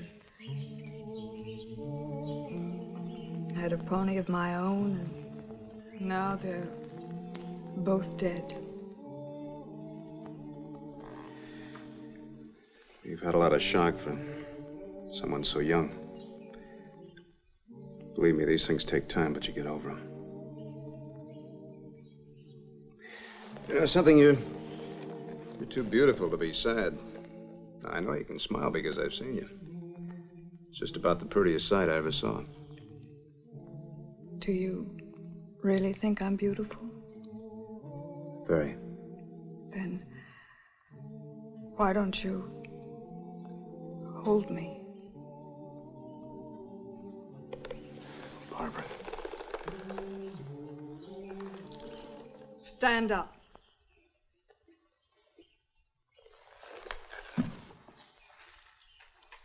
I'm going to kill you. But first I want you to know why.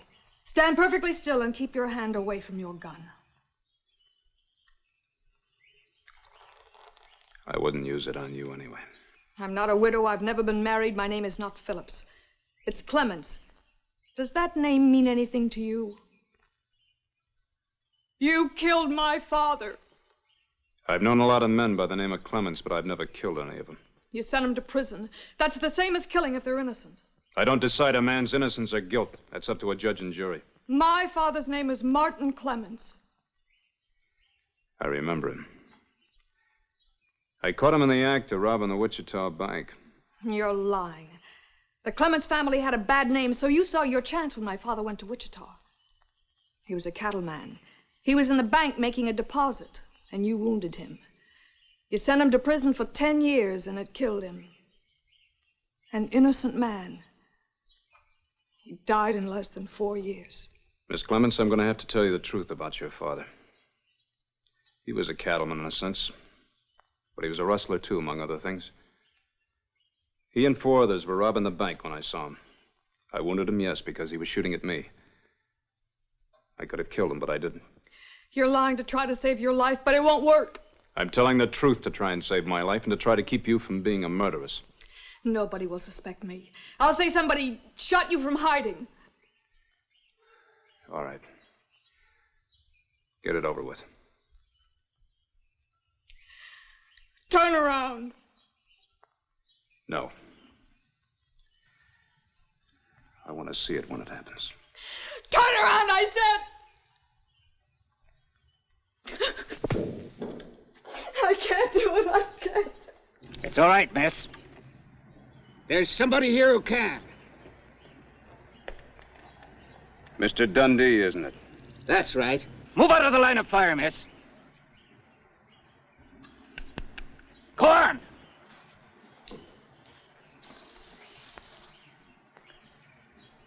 Put down that gun, Mr. Dundee. You're not a killer. You're wrong there. I wasn't before you sent me up, but I am now. Can I talk to you for a minute? Go ahead. I'd like to hear you begging. I'm not begging, Mr. Dundee. I just want to tell you a little bit about shooting. In a few seconds, if you don't drop that gun, I'm going to jump. You don't know which way I'm going to go, so you'll probably miss. At least your first shot isn't going to kill me. In the meantime, I'm going to be shooting at you, Mr. Dundee, and I'm not bluffing. I won't miss. I've waited too many years to miss. For 3 years, 8 months, and 17 days I've waited for this minute.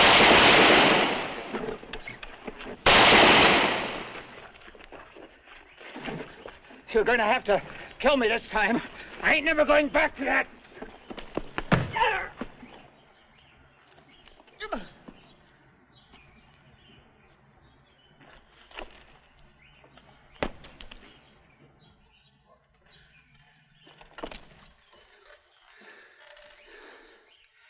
You all right, Miss Clements?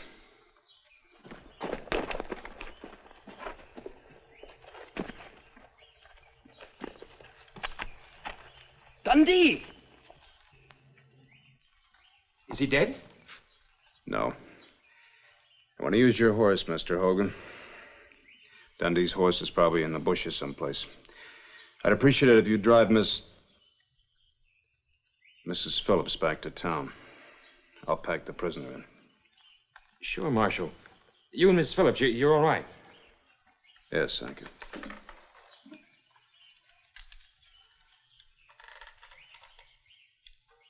Here's your gun, Miss Phillips. I'm glad you didn't have to use it. You mean she tried to... She helped you? If she hadn't distracted Mr. Dundee, I'd probably be dead by now.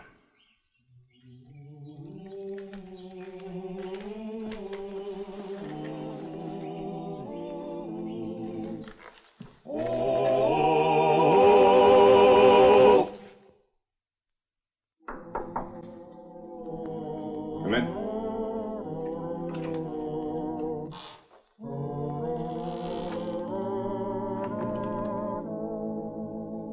I'm going away.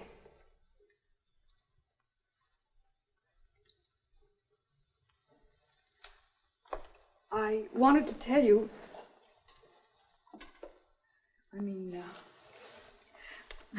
I don't seem to be able to find the words. Well, it's not necessary to say anything. I think I know what you feel. I don't know what I feel about you. I don't know whether I hate you or my father. You were telling me the truth. But he was still my father. And I loved him very much. I know. Maybe we'll meet again someday, somewhere. And if we do, I hope we both will have forgotten all of this. I mean, I'm sorry. Well, I've already forgotten it. Most of it. Some things I'd like to remember.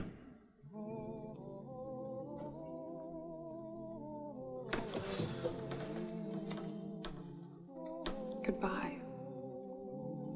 Goodbye, Wyatt.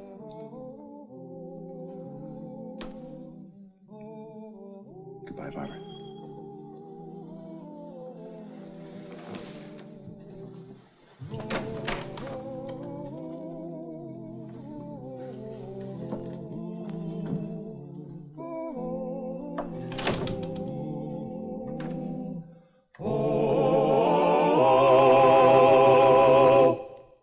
Well, he cleaned up the country, the old Wild West country. He made law and order prevail.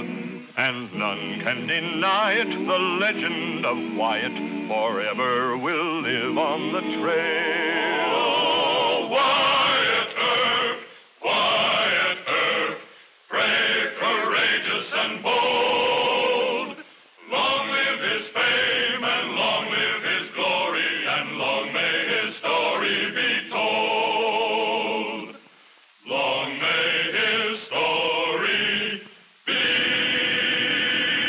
told.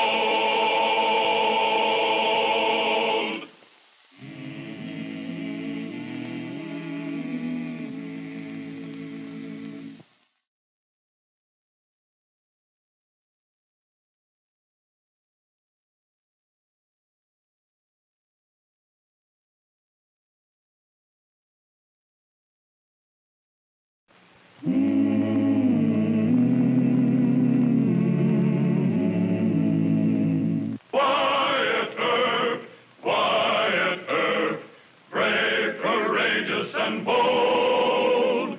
Long live his fame, and long live his glory, and long may his story be told.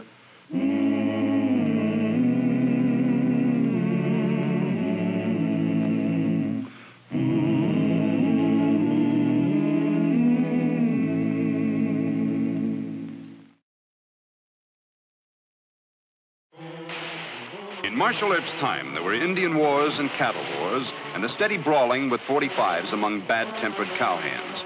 But the deadliest fighting on the frontier of 1879 usually started with a dispute between two towns for the honor of being designated the county seat.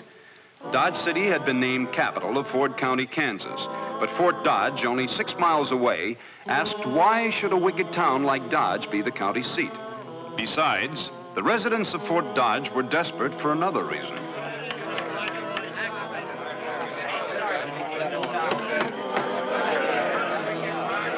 Well, there you have it in black and white. Pooh. Washington's always changing its mind. The Army's got to economize. There just won't be nothing to Fort Dodge but a keep house party and a name. I thought you had this all fixed, Mr. Granger. I'm surprised at you, Judge Franklin. My father did everything he could to keep this fort open. Now, there's no use squabbling over something that's finished and done with. I've called a meeting for this afternoon. You have some new idea, Talkie? Just come to the meeting. All right, I will. And I say Fort Dodge should be the county seat. Instead, we've let Dodge City hold squatters' rights.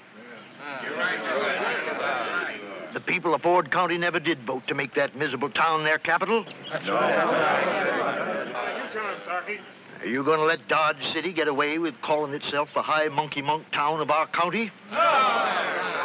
Good. Good. We'll ask the governor to hold an honest election.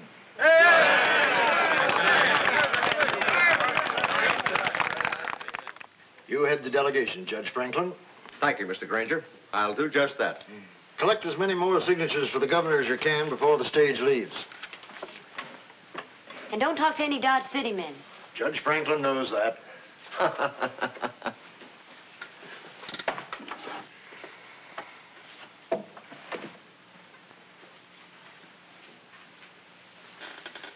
Yes, Chickie?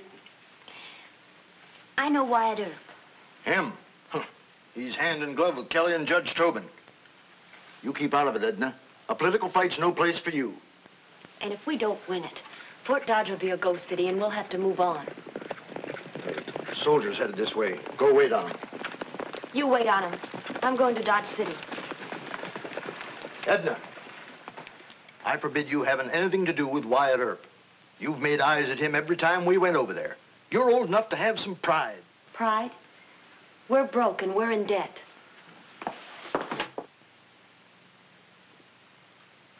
And I knew Tarky Granger in the Army. He's a born politician. Hold on, Jim. You're assuming that he'll try to get a special election. What else? They can't just build a courthouse at Fort Dodge and say, we're the county seat. Am I right now, Wyatt? Yes, sir. You hear Wyatt? He knows it'll be a political play. But I can't head him off in Topeka. The governor knows I backed Milliken in the primary. Well, you're the best man we've got, sir. There's only a quarter of an hour to catch that train. Oh, all right.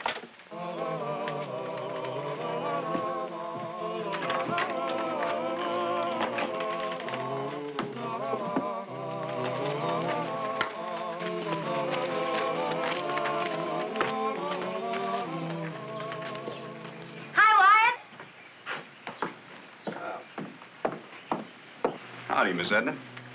Guess they heard about it in Dodge. Yeah, they sure did. What do you think?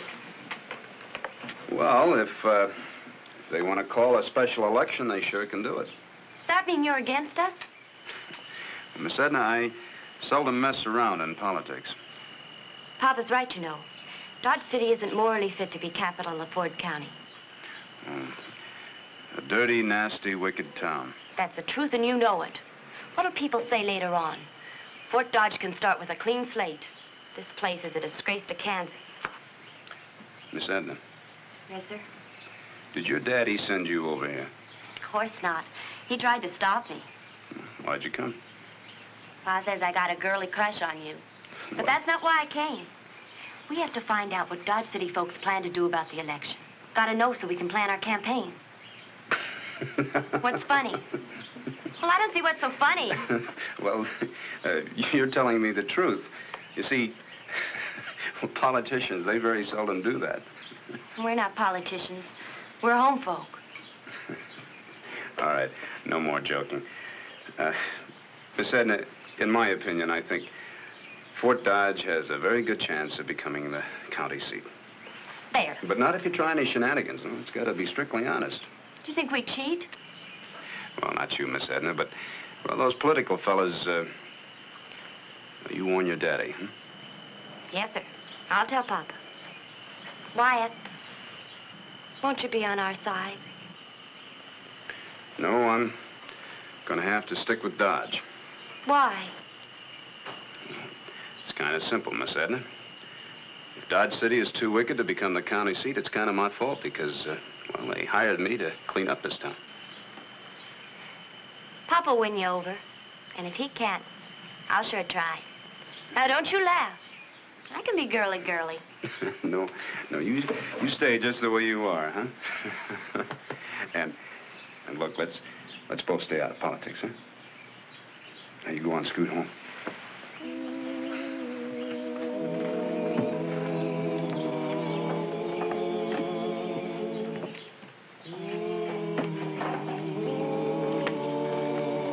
Stranger, I'm Smalley Dunbar. This is Dave Rickard. Howdy. Howdy. We both kind of fool with politics in Dodge. Just the men I want to see. Come inside.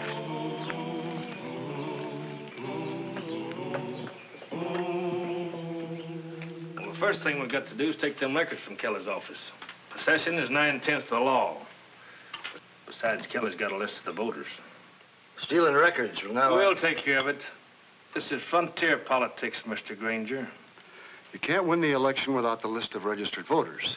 We have to add a lot of cowhands and maybe some dead men. I don't like it. Nobody likes it. The point is, do you want Fort Dodge to be a ghost town or the county seat? You can swing a couple of hundred votes from below the line in Dodge, but that won't be enough, Mr. Granger. All the voters outside of Dodge, the rest of Ford County. Still not enough. We thought you wanted to win this election. But I guess we're wasting our time.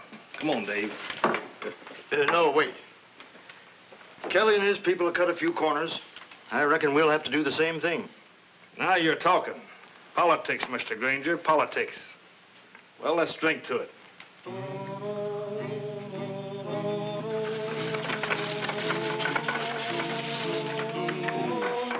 Dave, keep an eye on the front door. I'll break in the back. Right.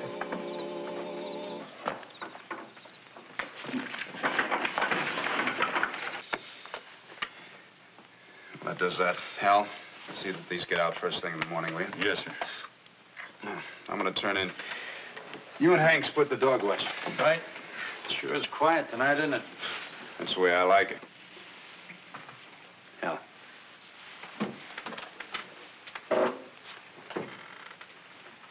There's a man standing in front of Mayor Kelly's office. The wagon just turned the corner. I'll take a look. No. Let's give him time. Let's go out the back door.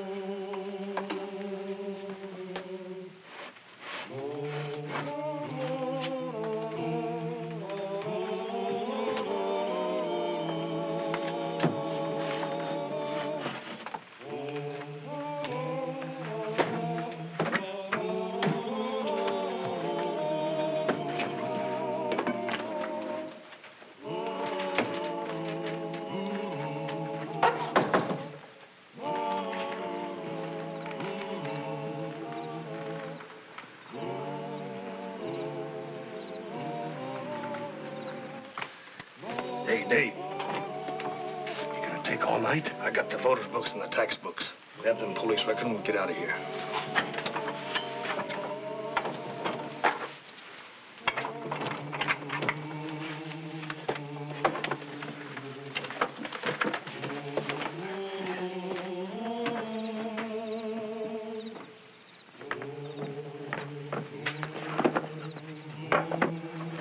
Time to jump 'em? No. It's Smiley Dunbar. He's probably working for the people over at Fort Dodge. But they're making off with the record books. I know. I want him to pull this job.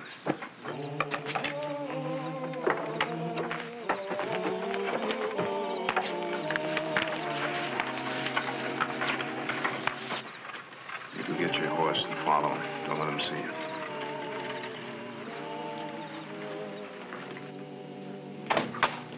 Come in here. I want you to see this. Look at that.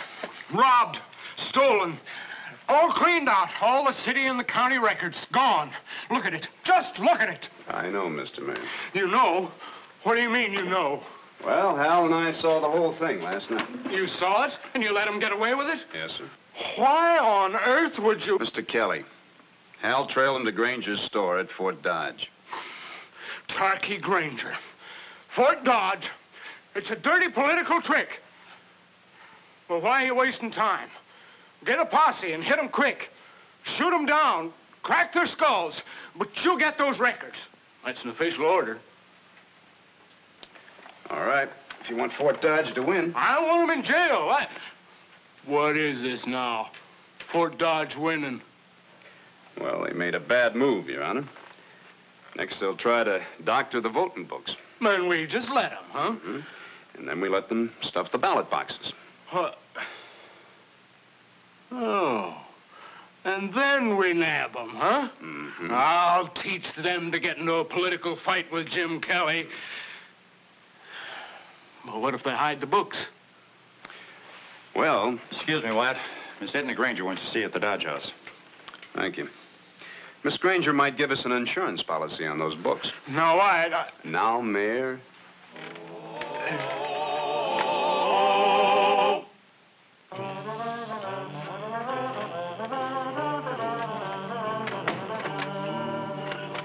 Good Lord, they didn't get everything. Oh. It's a bad, nasty mess, Judge Tobin. What luck did you have in Topeka? None. The governor's ordered a special election for Saturday. Nah. They'll steal it just like they stole the books. Dodge City outnumbers them 5-1, Jim. Not with Smiley Dunbar and those hoodlum votes below the line. They'll all go to Granger and his crowd. Civic pride will keep them from voting to change the county seat. Civic pride, is it? They want a wide open town and no marshal like Wyatt. They'll move to Fort Dodge lock, stock, and barrel. Well, now, how's Miss Edna and our insurance policy? He's talking about Mr. Granger's daughter, Judge. She doesn't favor robbery. I suppose she'd be turning against her own father. No, sir. If her father's involved, she'll try to save him. Any action in Topeka, sir? Against us. The whole county will have to vote. Saturday. That's short notice. Well, get your high silk hat, Mr. Mayor. We better start campaigning.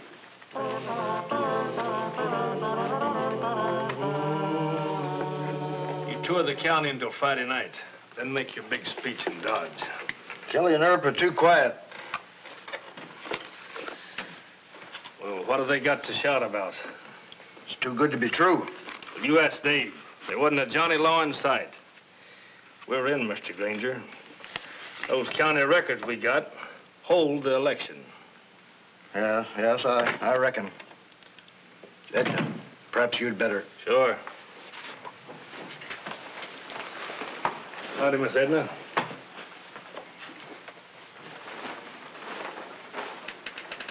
You see Earp? Yes? Wyatt was kind of worried. Seems someone broke into the mayor's office last night. Took all their record books. That's no crime. It's got to be something valuable. Breaking into a place is a crime. Forget it, Chickie. Let Earp worry. He's being paid for that. Now, you go into the store and pack me some grub. I'm hitting the speaking trail for votes. How long? Be back Saturday morning. That's election day. And the fort's polling place will be here. I'll need the key to the safe, won't I? Key? No.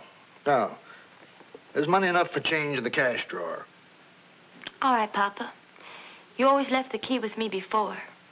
That's why I asked.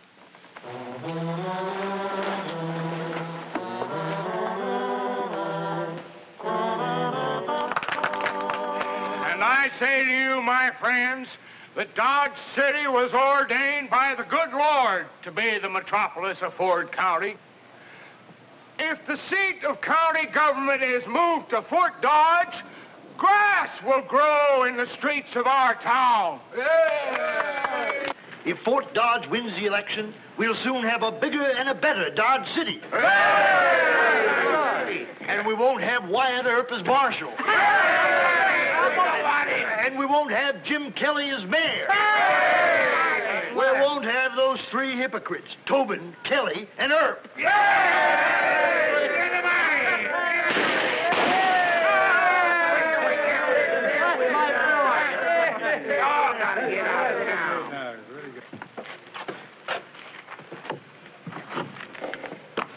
How's the record books in his safe? You wouldn't trust me with the key, but I know how to get into it. When are you coming over? Tomorrow after the election. Why not today, right now?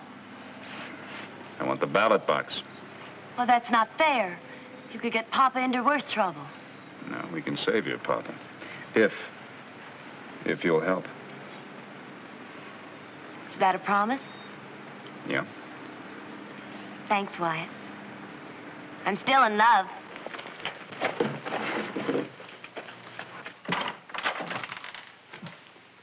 Wow. It's the first time I've ever heard of a mourner's bench before the election. Granger got the crowds, here and all over the county. Looks bad, Wyatt. They don't even have to steal this election. Well, Smiley Dunbar and his crowd wouldn't be happy unless they stole it. Hal, let's just make sure that all our votes are honest, huh? Wyatt, you're not suggesting that I would stoop to dirty politics. Well, it is a big temptation, Your Honor. Don't josh him, Wyatt. If they win, Dodge City will be the ghost town. I'm sorry. Oh, Hal, I'll need 10 special deputies tomorrow. Yes, sir. 10? You'll need 24 just to guard the polling place at the fort. Judge, I think you and Mr. Kelly are plumb tuckered out. Now, why don't you just let me handle the police work, huh? He's right, Jim. Well, just tell us one thing. Are you going to get back the county records? Yes, sir. And the Fort Dodge ballot box, too. Well, it's in your hands, Wyatt. Come along, Jim. Busy day tomorrow. Now, don't miss, Wyatt. It means your job and my job and the finish of Dodge City.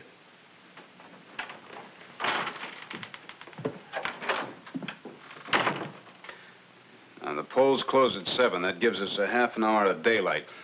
I'm going into Fort Dodge with the peddler's wagon and the fastest team of quarter horses that Chalk Beeson has. No posse? Yes. You leave town here with the boys at 7.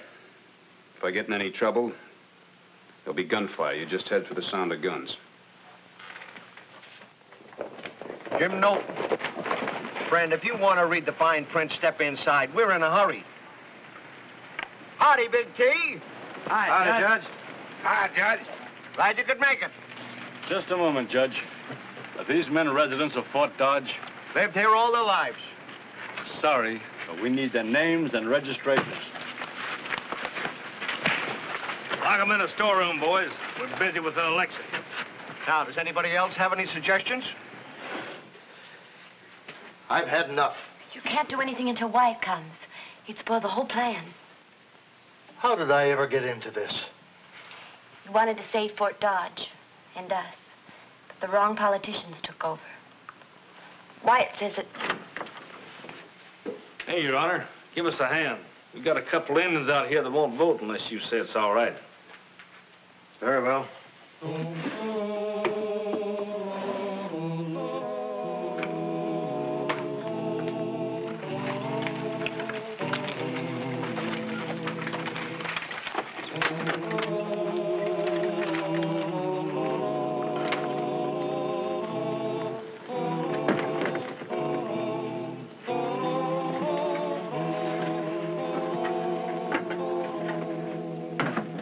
Well, we got about 900 votes for Fort Dodge. Open up the safe, Mayor Granger.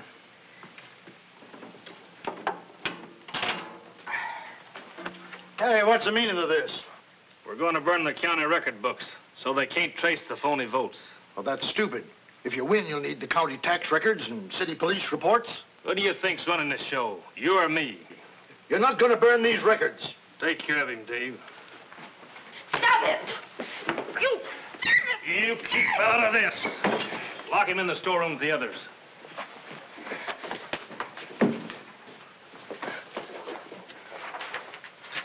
Leave us alone! Why, you little brat. This. Why, you... Go lock the door to the store.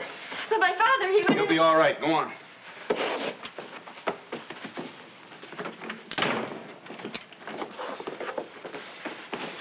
Take the ballot box out to the wagon.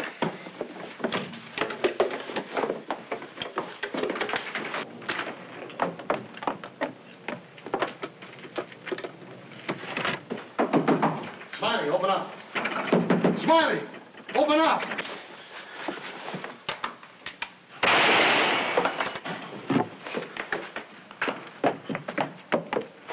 You get down from there. I'm going with you. We're going to have to make a run for it. Let's go, come on.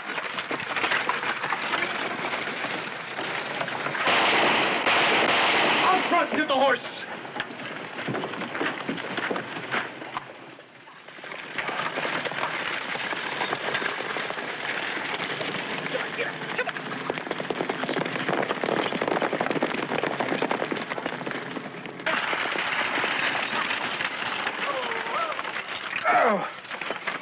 What are you stopping for? They're right behind us. Get behind those rocks, come on.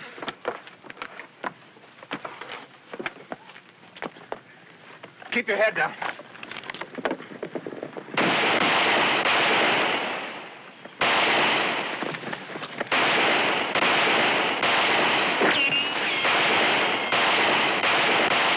Here, reload that for me. Give me the Winchester.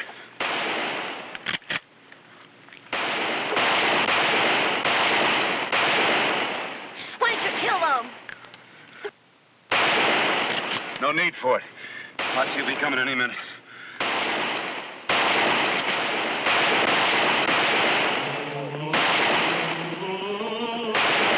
All right, drop your guns. Drop your guns.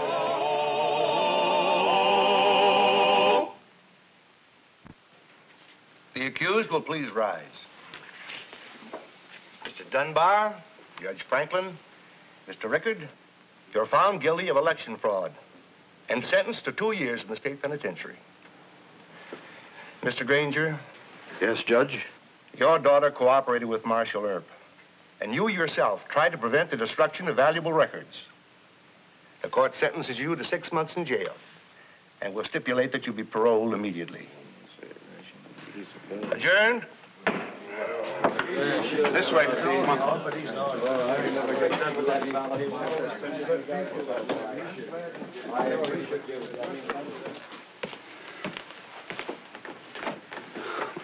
You still here? Where's your dad? He went on over to the hotel. I've been waiting for you. I wanted to thank you. I think Judge Tobin is the one you want to thank. Him, too. Wyatt, I don't suppose that you'd ever feel like marrying me. Well, honey, you see, I'm an old man, but, well, if I was your age, you'd be the first girl I'd ask. Politician.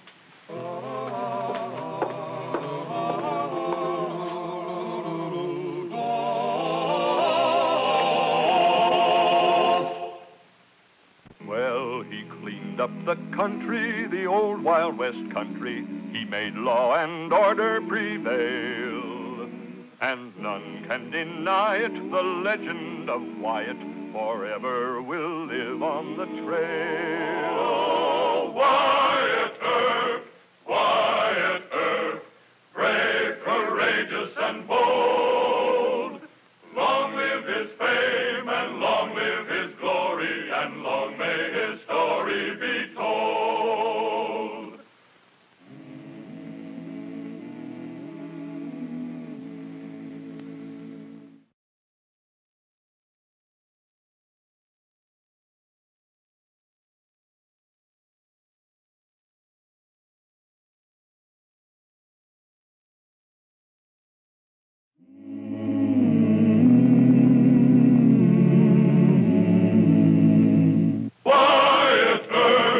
Wyatt Earp, brave, courageous, and bold. Long live his fame, and long live his glory, and long may his story be told.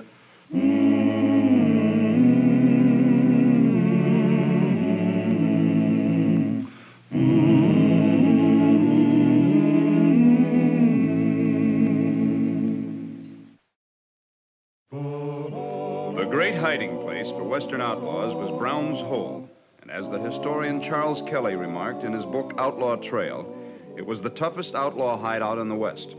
It covered the corner where Colorado, Utah, and Wyoming join. Not only was the hole a natural fortress, but the outlaws who camped there were the scum of all the cow towns and gold diggings from Texas to Oregon. We can't send a posse in there, Wyatt. We've tried it half a dozen times. There's only one way to catch Blackie Saunders. That's for a peace officer to go in there disguised as an outlaw. Now, if he's spunky enough... No, sir, Wyatt can't go. We need him here in Dodge. Mr. Mayor, he murdered a Wells Fargo guard. And threatened to kill a woman and a small boy if he talked about it. Nasty business. But Wyatt's chief deputy quit. And Sheriff Masterson is chasing bank robbers down in Texas. You're treating this case like a political issue. This is murder and the threat of murder. Those people identified Saunders. Sorry to intrude, Marshal. I'll see if Bill Tillman or Charlie Bassett can help us out. I'll walk you over to the hotel. Now, Wyatt? I'm just trying to be polite, Mr. Mayor.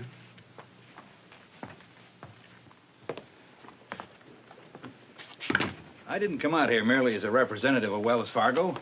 We don't care about the money we lost or the mail that was stolen. We're going to get that killer if it takes me 5 years to find somebody brave enough and angry enough to go in there and get him. Well, I'll get Saunders, Mr. Calvin. But I thought...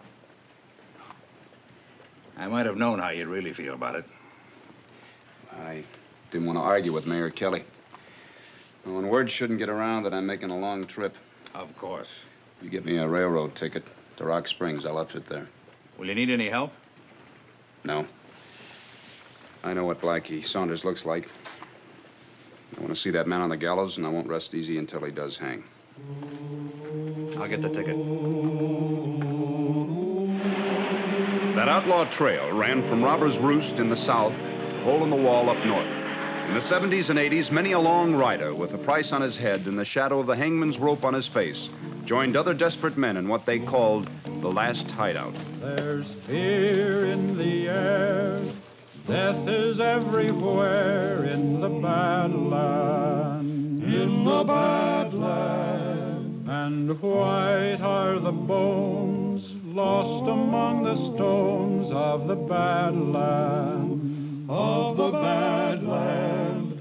They died who tried to find where the outlaws hide.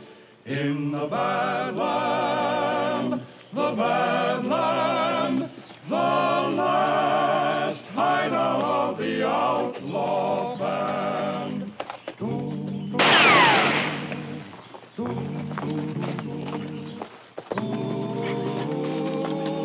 Now, who'd you be? Tim Hardwick. You carrying a gun? No.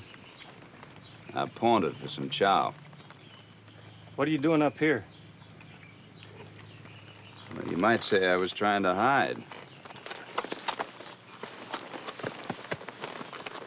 Looks like he's telling the truth. He better be. Come on, fella, let's go. This way.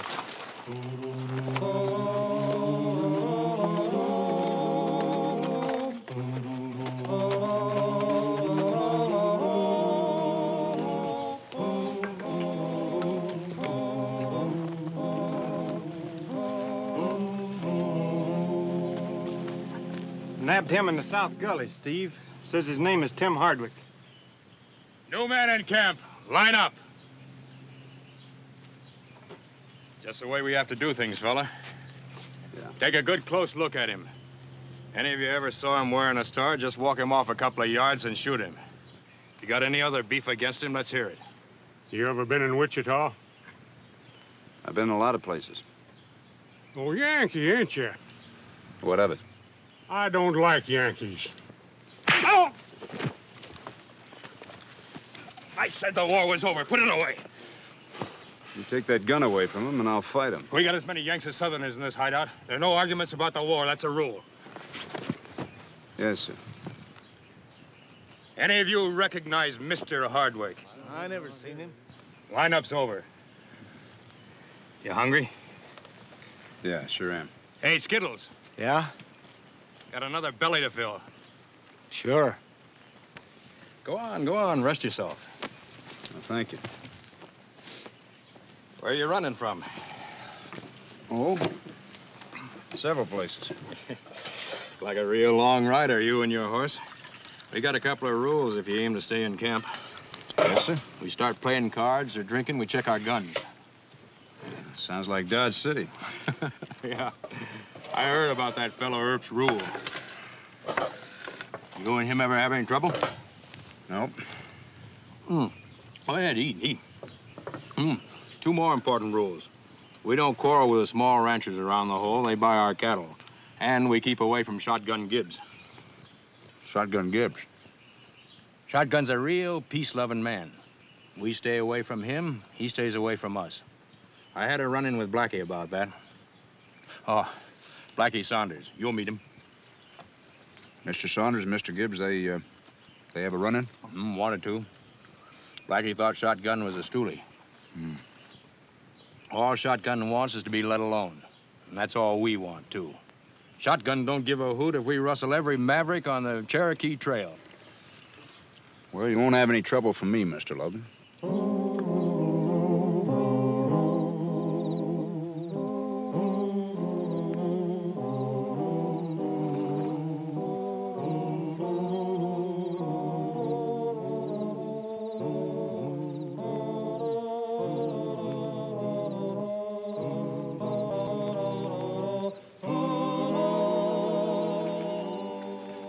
$10,000 reward for Tim Hardwick, who held up a Wells Fargo stage near Grand Junction, Colorado, May 27th, 1879. Hardwick murdered the driver, wounded the shotgun messenger, and a man passenger. He also made off with a shipment of banknotes and a sack of U.S. mail. The reward will be paid for this man, dead or alive. J.T. Calvin, Vice President, Wells Fargo and Company. Stupid idiots. Blackie done it. He told me so himself. Well, better take this stuff back where you found it. Well, maybe Hardwick found out Blackie done it. Maybe that's why he come here, huh? That's between Hardwick and Blackie. You keep out of it. You hear me? Sure, boss. Sure.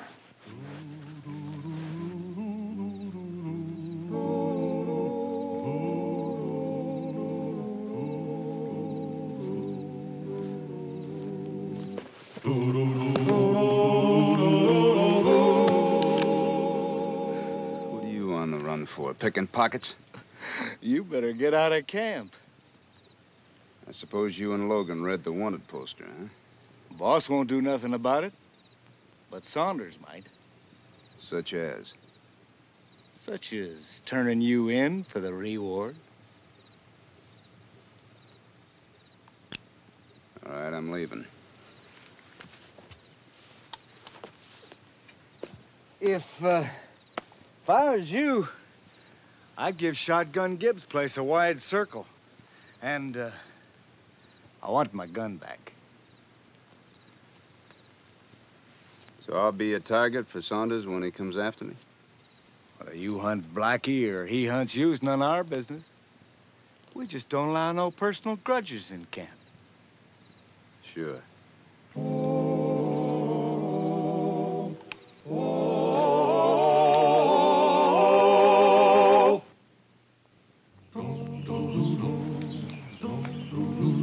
Hunted men on the run, living by the gun in the bad land. In the bad land. Be fast on the draw, that's the only law of the bad land. Of the bad land. Blackie, I got some news for you, and it's worth money. I'm listening. Come over here.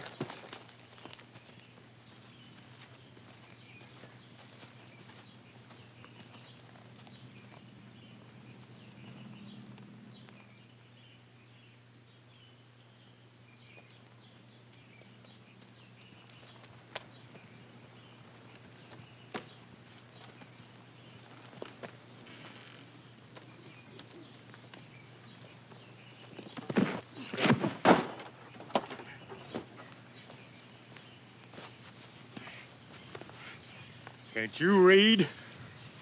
Yeah, I can read, Mr. Gibbs. Now, I'm a peaceable man. I love peace. Oh? But if I don't learn you, I'll have all creation a-riding in here. You any good with your fist? Oh, pretty good. Well, that's a relief. Because I sure hate to whip a man who can't put up a decent fight. Wouldn't you like to talk a little bit first? Nope.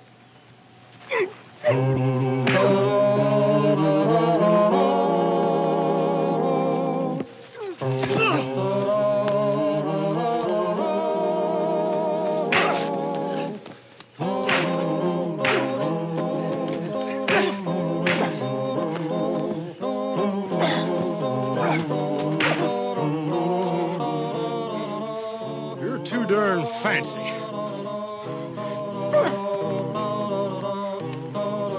Still, will you? All right.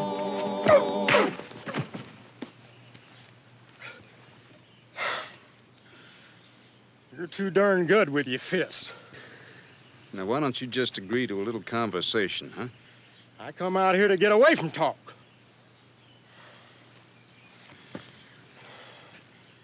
You go put on your guns. Where are yours? I'm gonna fetch it right now. Good.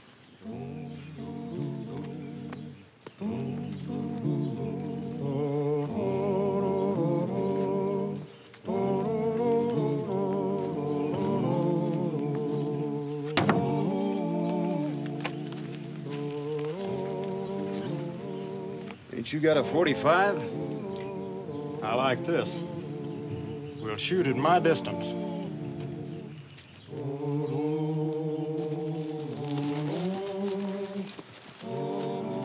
Turned off toward Shotgun's place. I told Steve that shotgun couldn't be trusted. I bet he put Hardwick onto me. Come on, let's ride.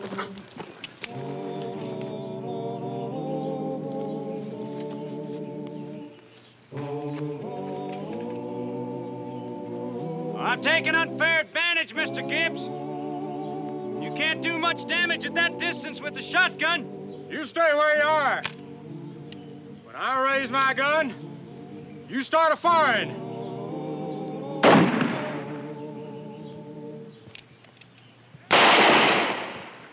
You've had enough, Mr. Gibbs.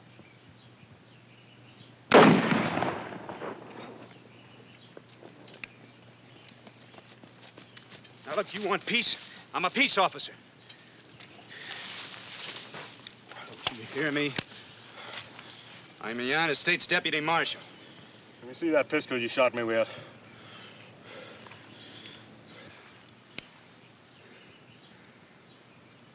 "12-inch barrel. It's a bundle iron special. Hey, your shot almost blew my head off. What were you using? It's a rifle slug, hand-loaded into a Bryce case. It's my own invention, but it takes a British Greener shotgun to handle it. You could have killed me, but you didn't do it. That makes me beholden to you. Well, you'll have a chance to get even, Mr. Gibbs. Here. Come on, I'll patch that arm up.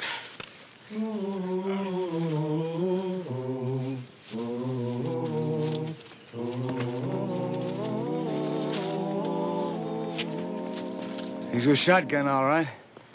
That's his horse at the gate. Ah. Well, he can't stay in there forever. We just take our time and dry gulch him. Wound's not too bad, Mr. Gibbs. Just broke the skin a little bit. Well, I figure I'm a lot luckier than Blackie's gonna be when you meet up with him.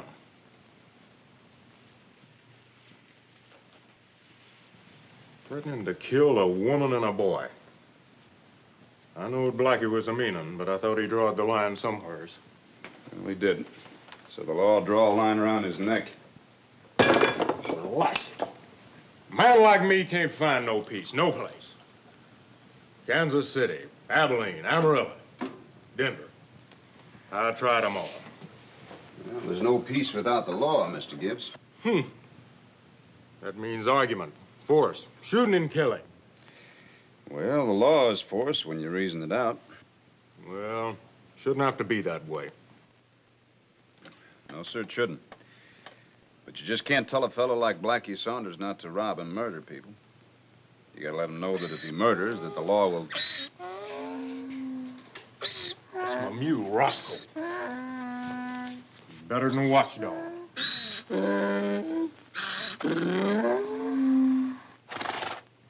What's he trying to tell you? People outside. And them rocks beyond my gate. Open the greener for me, will you?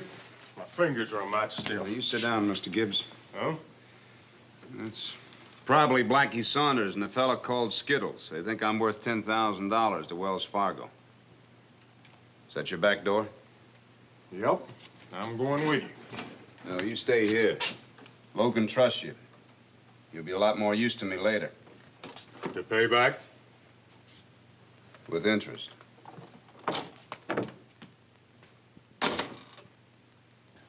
Something ain't right. When that mule cuts loose, it usually brings Shotgun outside. Well, maybe Hardwick got him. I should go back and get Steve and the boys. You said they wouldn't help. Well, I'll tell them... I'll tell them you think Hardwick's a Johnny Law. You know, he could be. That wanted poster could be a Wells Fargo trick. Yeah? Well, what if it's on the level? We'd have to split the reward. Use your brains. He's holed up in a little fort with plenty of guns and ammo. He's got plenty of food and water. Why, it'll take at least a dozen men to blast him out. I don't know.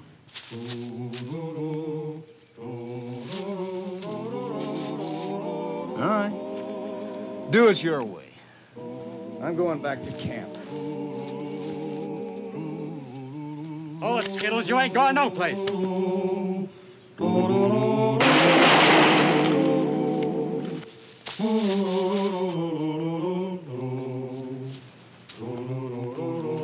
Halt!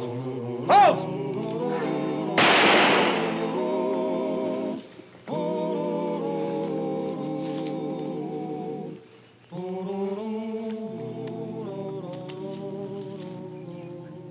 You got that crease a mite deep, didn't you, Marshal?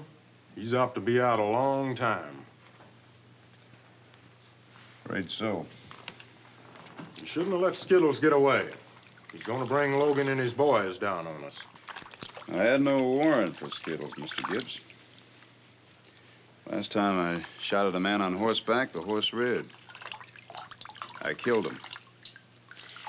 You regret that? I'll regret it until the day I die.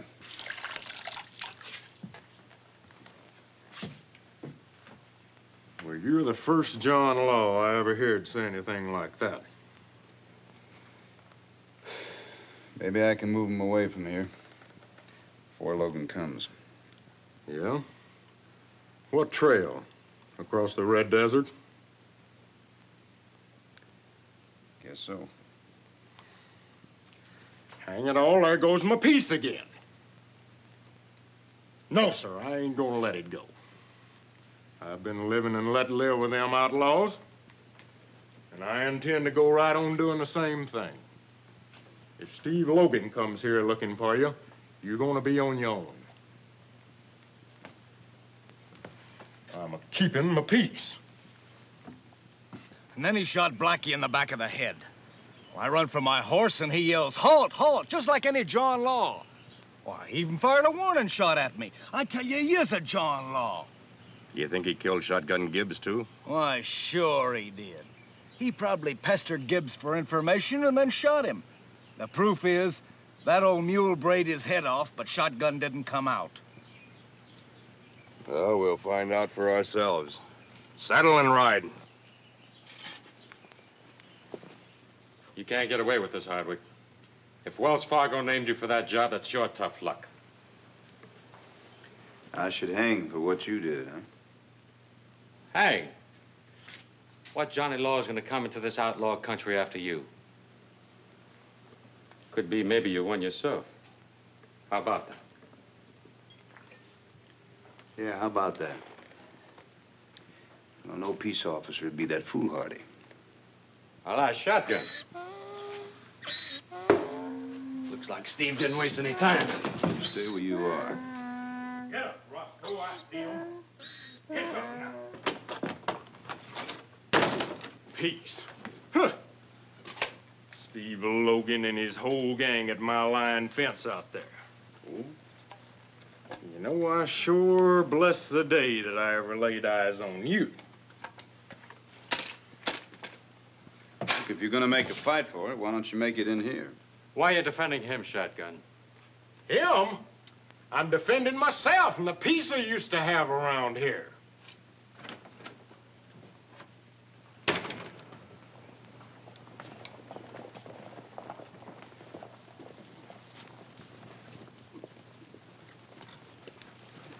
You're sure a sight for sore eyes, Shotgun. We was afraid that Hardwick might have done in with you. Hardwick? Saunders? Huh! You busting our agreement, Steve? What do you mean? The Brown's Hole boys was to stay out of my way. It still goes. Yeah? Blackie and Skittles there tried to bushwhack that fella right outside my gate. Hardwick's a Johnny Law. I still say that... Shut up. What do you know about the fellow, Shotgun? He's an outlaw, the same as the rest of you. Claims he's being blamed for something Blackie did. But just as soon as Blackie's well, both of them are getting off my place. Now, Steve, you want to interfere with that? No, we'll let Hardwick settle with Blackie. Sorry to have bothered you, Shotgun. Let's go.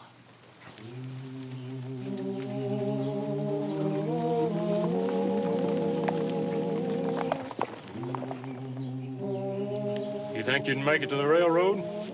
I'll do the best I can. That won't be good enough. Got a lot of friends between here and Green River. We're even, Mr. Gibbs. Well, don't go and get yourself killed. I doubt if I'd fret much about it, but I might. Peace be with you, Mr. Gibbs.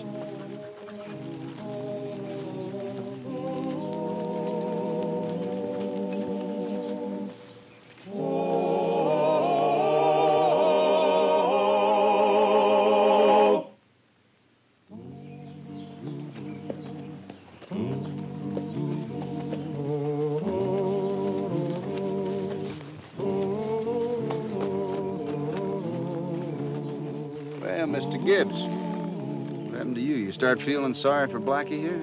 Huh. How far are you taking him? All the way to Dodge City. He thinks.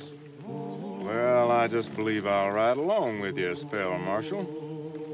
Me and Roscoe here think that feller ought to be hanged. We don't want no interruptions. I'd hate to see you lose your peace, but mighty happy to have you along. Yeah? Well, the law better find me some peace somewhere, somehow. It will, Mr. Gibbs, someday.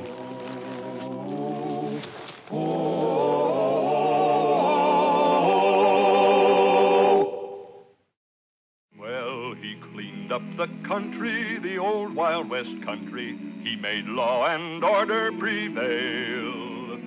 And none can deny it, the legend of Wyatt forever will live on the trail. Oh, Wyatt Earp, brave, courageous, and bold. Long live his fame, and long live his glory, and long may his story be told.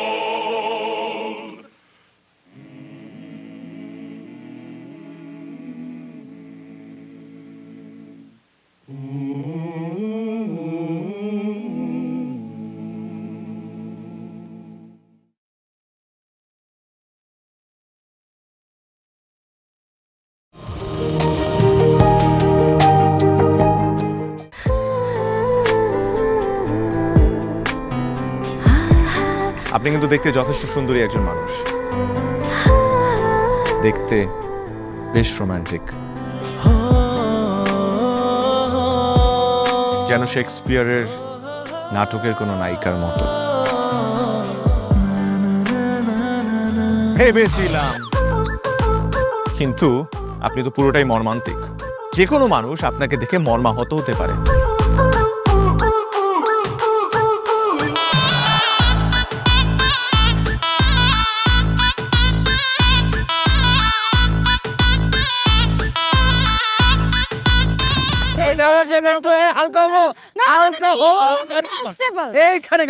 আমার হালকা হতে 1 মাস সময় লেগেছে।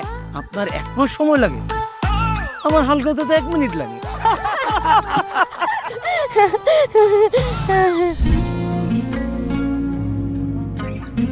আমার কাছে মনে হয় জীবনসঙ্গী এমন হওয়া উচিত যার সাথে আপনি প্রতিটা মুহূর্ত উপভোগ করতে পারবেন, সারাক্ষণ খুনসুটিতে মেতে থাকতে পারবেন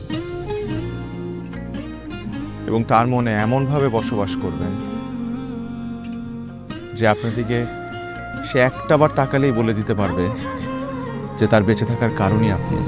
পথে চলতে চলতে, কথা বলতে বলতে, কখন যেন হলে আমার জানি গল্পে গল্পে মিশে অল্পে অল্পে আমিও হয়ে গেছি তোমার। ছোট ছোট ভুল ফুটে হলো ফুল যে তোমাকে পেলাম। গুটি গুটি পায়ে স্বপ্নের নাই আমি ভেসে গেলাম।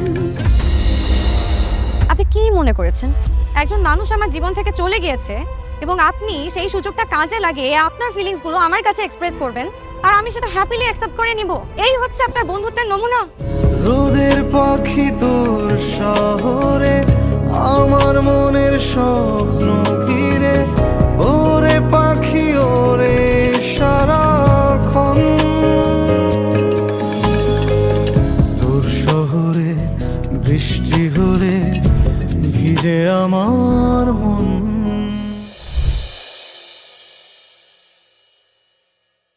Thầy lại, mày thắng, nghe cái chiều nó, mày thắng, mày 10% nữa. Mày ngã.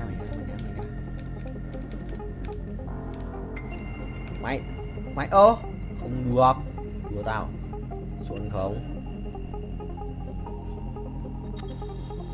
Xuống vậy bạn ơi, được rồi. Chọn dấu vậy.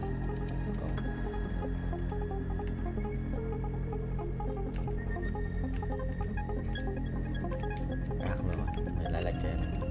10 đây. Đó. Được tiếp à? 3 củ 59 là xem được bao nhiêu nhá. 3%, 4,66 cũng được. Át này. Sẽ át từ này rồi. Ê, chơi xong rồi, đánh trùng bài rồi, thằng này ấn tử thần ạ. Không sao thầy ơi, mình dồn trước là được. Sử thanh hóa. Tôi nói bà. Xong rồi, xoay bài tự động. Đấy phải không? Chuẩn chỉ đấy, chuẩn chỉ mà, xoay bài tự động.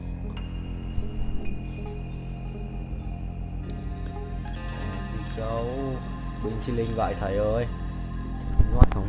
Nhót, đét. Cho tao. Ngáo vậy. Vẫn đang mày, anh vẫn đang nhảy. Thắng mà. Let me show you darkness. Sai đều. Thầy lái vô á, sao? Captain Vietnamese. Captain Việt Nam. Máy. Capture. Chuẩn không vậy bạn ơi? Chuẩn. 2 lần này. 2 lần.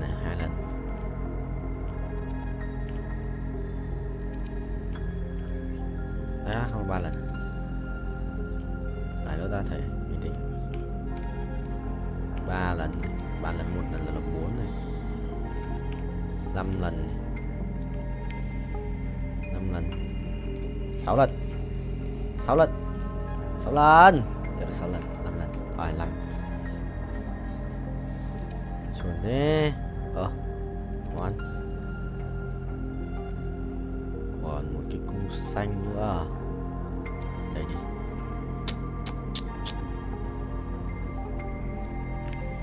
Bài gọi là gì nhỉ?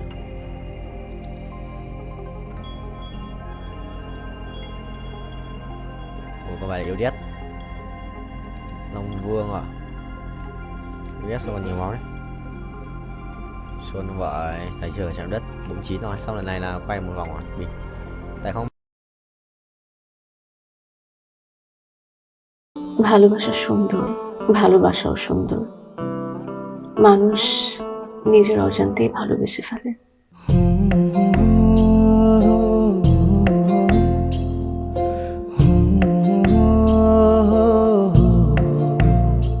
আমার মনে হয় কি জানেন, আপনার মতো জানাশোনা কাউকে না আমার বিয়ে করা উচিত। এটা কি উপলক্ষে? ম্যাডাম, ফুলটা গ্রহণ করুন, তারপরে বলতেছি। ভোটার আইডি কার্ডে যার স্বাক্ষরের জায়গায় টিপসই দেয়, এখানে কেউ ডাক্তার। এই দুইজনের মধ্যে যে আগে ম্যাডামের মন জয় করতে পারবে, ম্যাডাম তার। একদিন না দেখলে তোমায় বন্ধু আন্ধার লাগে সব, তোমার এই প্রেমে এমনই টান। রোগীদের তো ডক্টরের কাছে আসলে ব্যথা কমে যায়, আপনি তো উল্টো হলো কেন?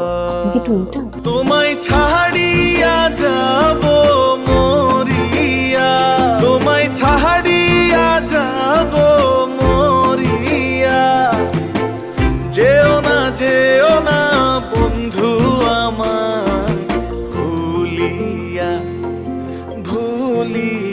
আমার মনে হয় আমার সমস্যা কপালে। ম্যাডাম আমার কপালে নেই, আমার কপালে আছে দাগ।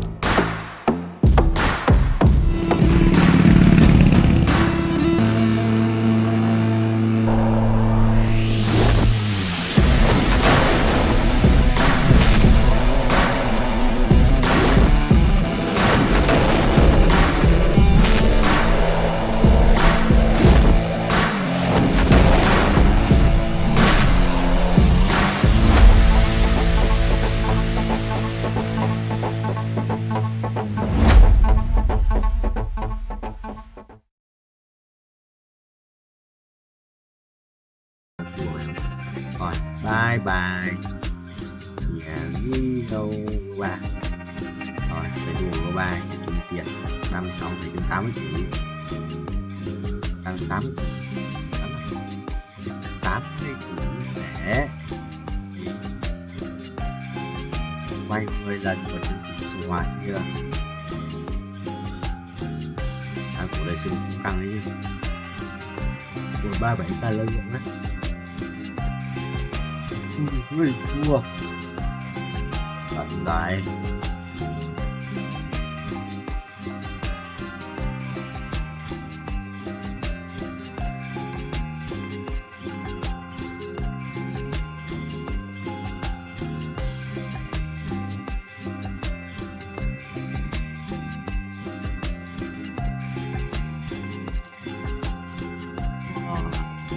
Xong rồi bay 36 mở cái bước lại nha. Hả? Không perfect. Chưa buồn đấy. Đó, đi. Đây, cút rồi. Cút rồi. Cút rồi.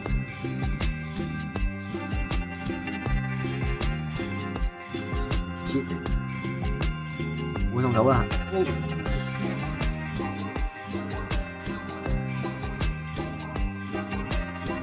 Lòng đất luôn mở trung tàu. Rồi 2 lần có tới gia đình, 3 lần có tới gia đình,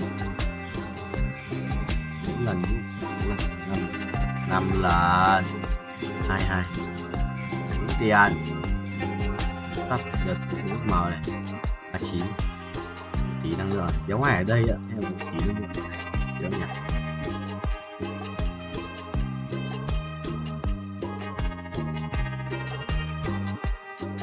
Cái gì? Chỉ cần nói nha. Tỷ năng lượng mà nó lên nhiều lượng vãi. Cái kiếm uy lực.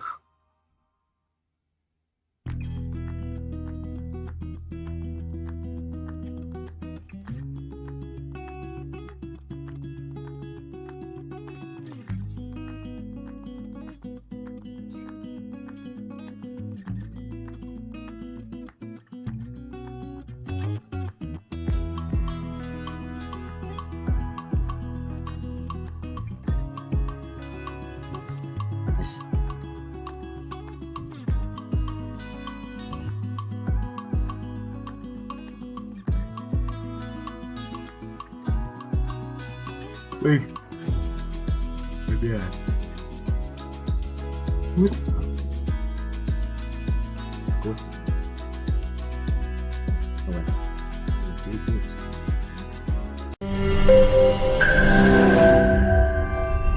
তোমাকে 15 লাখ টাকাই দিতে হবে।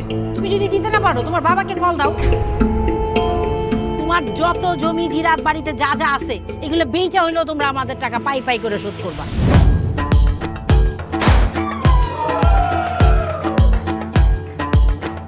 একটা ব্যাপার কি খেয়াল করছো? শহরে কিন্তু 2টা রূপ, রাতের এক রূপ, দিনের আর এক। বেঁধেছি ঘর হৃদয়ের পর, গাঢ় সবুজ ওই গহীন বনে। আরে ব্রো, সবসময় চিল থাকতে হবে, কিচ্ছু মাথায় নেওয়া যাবে না। ভালোবাসা হচ্ছে একজন আরেকজনের উপর ভরসা করে, একজন আরেকজনের হাতের উপর হাত রেখে এই জীবনটা কাটিয়ে দেয়। কিছু মানুষ এই রাত জেগে থাকে আর টাকার বিনিময়ে সুখ খোঁজে। বসুন। এখন তো সিরিয়াস হওয়া উচিত, তাই না? আমি তো কোথাও যাচ্ছি না পার্টি করতে। তুমি কেন যাচ্ছ? কেন বন্ধ করতে পারতেছো না বলো তো?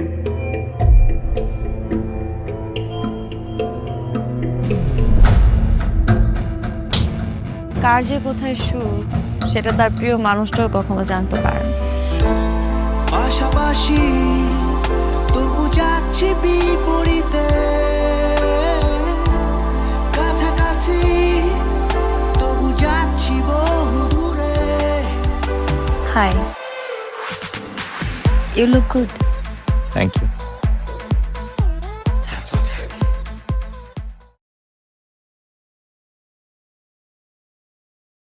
Rồi bài cái nổ mồm luôn mà sự là khỏe đấy, nhưng mà thầy xây bài ấy mình chia sẻ có Saza hả, có Rakan,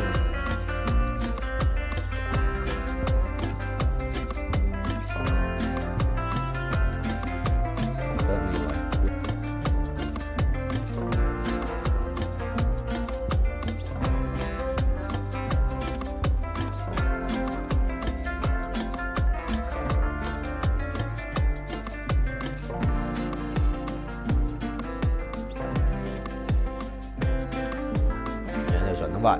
Át này, binh, xong là át luôn mà.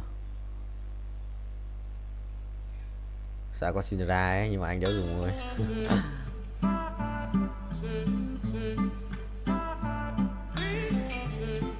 Ui, xét này. Xét đây là bài cảnh đệ đẹp đéo chịu được. Không sao, đây ơi. Bay cho tài, quay đều, quay ui, con lắc rồi sao cút. Mày đi, xong rồi có át rồi. Thằng này đánh bài va vẫn. Sao ra còn bài đẹp phết. Định mạnh cái xét này, ui, bình điết. Xét là mình sẽ thiếu là một cái cung mà. Cung một con Kizana hoặc là một con Nautilus để lấy cái thú tượng này cho in nào. Bắn cung không? Bắn cung lấy đồ cho át trước khi thầy. Ui, rồi xong nhặt nhầm đồ. Ha ha. What the hell man.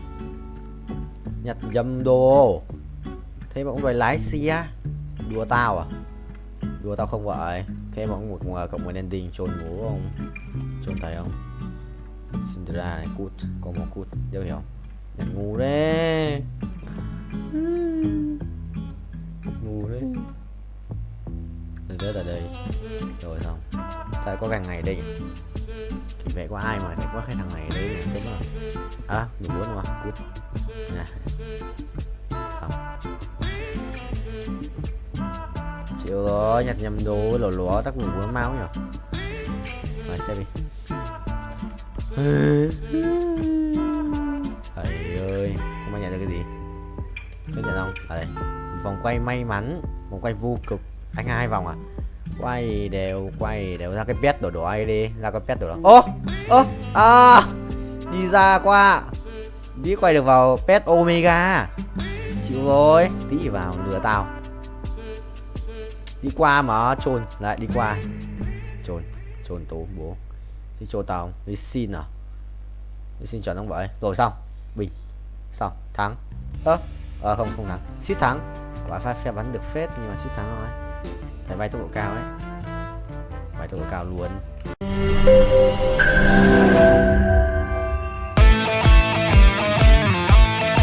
দরকার পড়লে একটা রিকশাওয়ালাকে বিয়ে করবো, তারপর তোকে বিয়ে করতে তুমি যদি মরো যে আমি তোমাকেই বিয়ে করব। দেখো দেখো বিয়ে এত সোজা। আমার 5টা কন্ডিশন। কয়টা? 5টা। আমি জেডি সাফায়েত রমরাজন। স্যার, এটা তো ভোটার আইডি কার্ড স্যার। বাড়িতেই করবেন নাকি হোটেলে? না না, আপনি যেমনটা ভাবছেন বিষয়টা তা না। ভাই, আপনি তো করবেন। তোমাকে দিয়ে হবে না, আমি জানতাম। শুধু শুধু সময় নষ্ট করো না। ভাই, আপনি তো অনন্ত দলিল না যে অসম্ভবকে সম্ভব করে আপনার কাজ। জিমি কি হচ্ছে? আচ্ছা আঙ্গের একদম ভইরা দিমু। যাচ্ছে সব বাইট কর। শর্ত দিয়ে বিয়ে, শর্ত দিয়ে বিয়ে। ভাই, যে বয়সে মানুষ গার্লফ্রেন্ডের কামড় খায়, সে বয়সে আপনি কুত্তার কামড় খেয়ে হাসপাতালে ভর্তি হয়েছেন।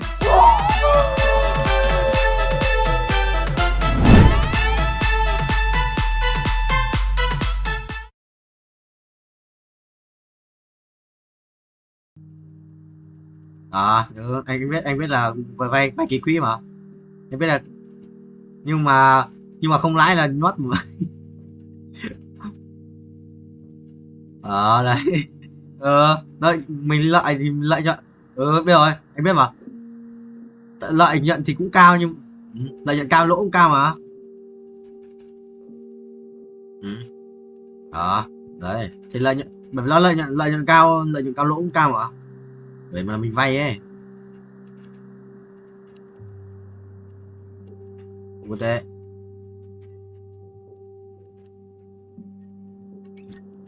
Được quá, giờ đó là Bitcoin đang dần lên tí rồi đấy. Được đấy.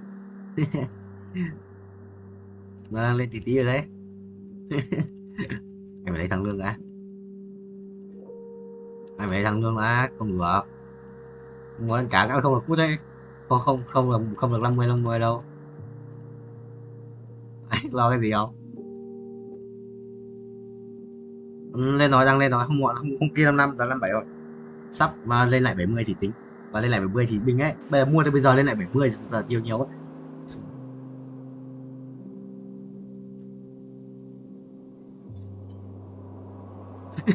Là số 40 rồi tái. Số lại số 40 rồi. Tại mấy cái thằng Đức nó bán Bitcoin đi ấy, chôn. Đức này mấy thằng Đức nó thích handle thị trường không? Lợi. Nhưng mà đúng rồi. Không được đâu. Nhưng mà mấy thằng hold to die cũng nhót mà, hold to die cũng nhót đấy. Hold to die rồi, hold to die giờ đang sợ mà gần thôi thoát mà. Hôm kia 5 thôi thoát mà. Ok rồi. Có đang quay mà, đang. Thế anh mới không đổi game nữa. Yes. Đi xong vào ghi nốt xong. Đi không vào nốt. Được. Anh khát nước. Đấy như thế, cho từ giây phút bao nhiêu, giờ bao nhiêu, phút bao nhiêu, giây bao nhiêu đến bao nhiêu. Xong. Bây giờ mà có kiểu làm đơ cái màn hình webcam đấy xong mình chạy đáy vào xong vẫn một mặt đấy xong rồi lại chạy tiếp kìa. Stop vậy, stop webcam. Tôi bảo là chắc là lỗi mạng thôi, không sao đâu. Yes sir. Kiểu bật tay phát, ui lỗi mạng à? Cái gì đây? Mình không biết. 80 mũ à? Này chơi quả game mà treo được. Anh chơi cái quả game mà treo được. Mà anh đang chơi chay ấy, anh đang dịch.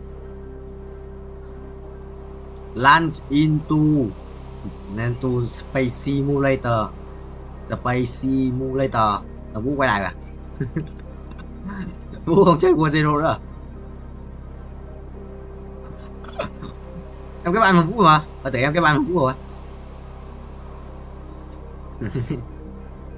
Được không?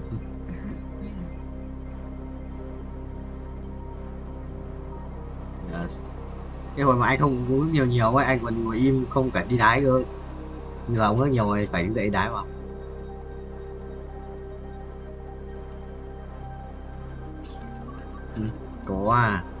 Có hồi mà tôi quay với Vũ Huyền Cương ấy, xong anh quay cả đêm đấy ấy.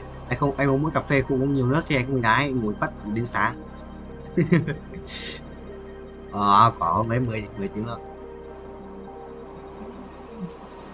Quả đấy là có cái trò anh cày đó hay là anh có đến sáng.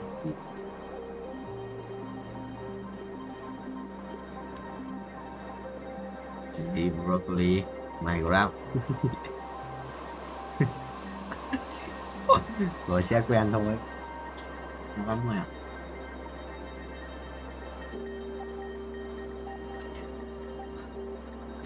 Tán giờ qua. Rồi xin chuẩn bị đứng dậy. Bao nhiêu 40 hoặc 20 phút rồi người uống nước. Ăn nước liền. Chưa uống thuốc nữa.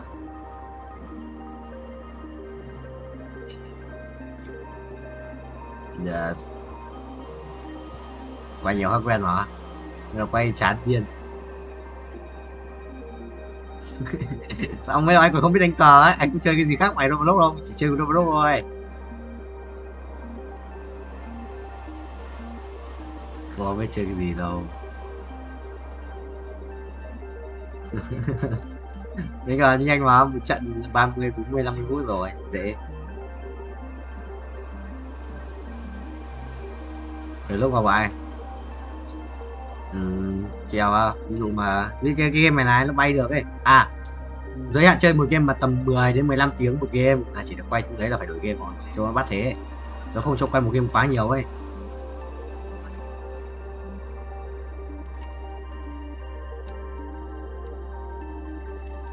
Ý là treo nhưng mà thỉnh thoảng vào GG cái chuột phải ấn để di màn hình nhé, nó cần cái mình chỉnh góc rồi, chứ nó không phải là mình chơi liên tục mày treo tu rồi mình chỉnh góc rồi. Thì cái game mà anh đang chơi với cả thằng Vũ ngoài thì lúc bay ấy thì nó tự bay mà mình chỉ cần vào mình di chuột một tí cho nó đổi góc rồi xong, không phải làm gì đâu. Chứ mà anh thế mà đánh cờ xong rồi ví dụ xét bài xong chả làm gì thì lại quay lại game này, còn nghe tiếng vào xong trận rao ở bên cờ thì quay lại cờ.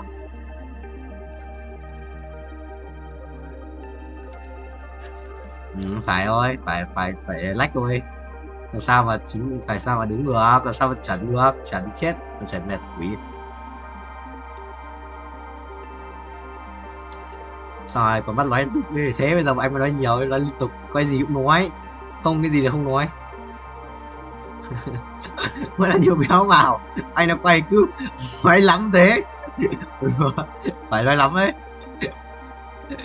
Phải nói lắm đấy. Không nói lắm không được đâu. Được rồi này, quay tiếp rồi. Luôn tiếp. Sự là đúng. Ôi giời ha. Đừng có check đồng hồ liên tục thì lâu mà check. Check liên tục mới được một tí thôi. Để cho bay được ngoài tay quá. Rồi cho bay được ngoài tay quá. Bay cho thầy đi. Rồi cứ để cho bay. The Ocean World. Xong rồi cái game trước bọn anh treo để bắn PUBG nó hiện chữ auto file to đúng trên màn hình nghe, thế là bọn nó không cho qua. Có là bảo là quay 3 tiếng chỉ để treo 1 tiếng thôi, thế là anh mới đi tìm những cái game mà cái nút auto ấy nó không bị hiện lộ trên màn hình ấy, thế anh tìm được mấy game nó không bị lộ rồi, thế là treo mình nó có biết đâu, dễ không đi. Nhưng người ta bao giờ trên cái drive tổng của tất cả các thằng update lên ấy nó ghi là use rồi ấy, đã sử dụng ấy thì mình xóa vô ấy, xóa trên drive cho đỡ nặng. Thằng Vũ mua drive thì anh nó dùng chung mà. Quỷ ơi broccoli bay sử dụng nhanh nhẹn ấy, cái vòng này 5 lap. Bao nhiêu tuổi cơ, mình quay được 3 tuổi, 10 tuổi, đây là 20 tuổi, quay được 10 tuổi chuẩn. Em mà tao nhớ là bay 600 tuổi mà, 10.000 tỷ một lần bay được 10.000 tỷ. Ui 10 lap thằng ngu rồi. Yes, vui lắm rồi.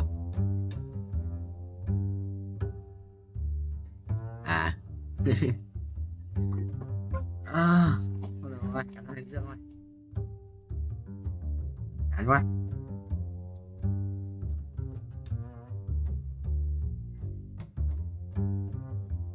Này em, Sam chỉnh chuẩn như vậy. Gì? Thằng kia nó không chỉnh thằng Tuấn nó không có chỉnh cho chôn trước của anh là nó vào nó xét cho anh mà. Vào nó vào gì nhỉ? Team view xét.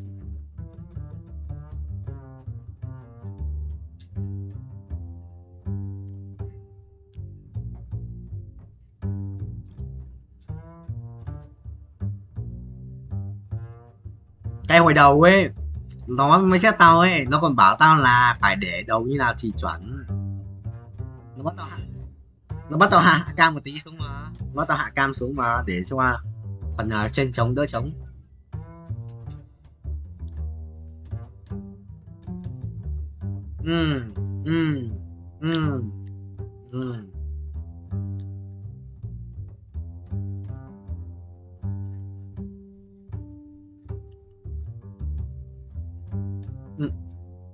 Quỷ nha. Em có setting rồi.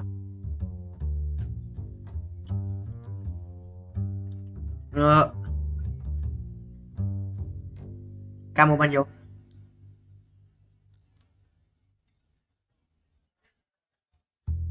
Gì đây, hơn 10 tiếng lại thế là quay quay 20 tiếng không mấy lời, lời 2 lít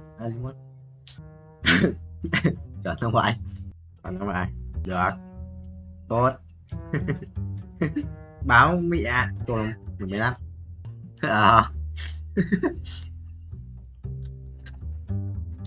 ai à, sinh nhật sắp sinh nhật Cương Vũ ơi, 11 tới sao ấy, chào Tấn bảo đấy, chào Hoàng Tấn bảo đấy.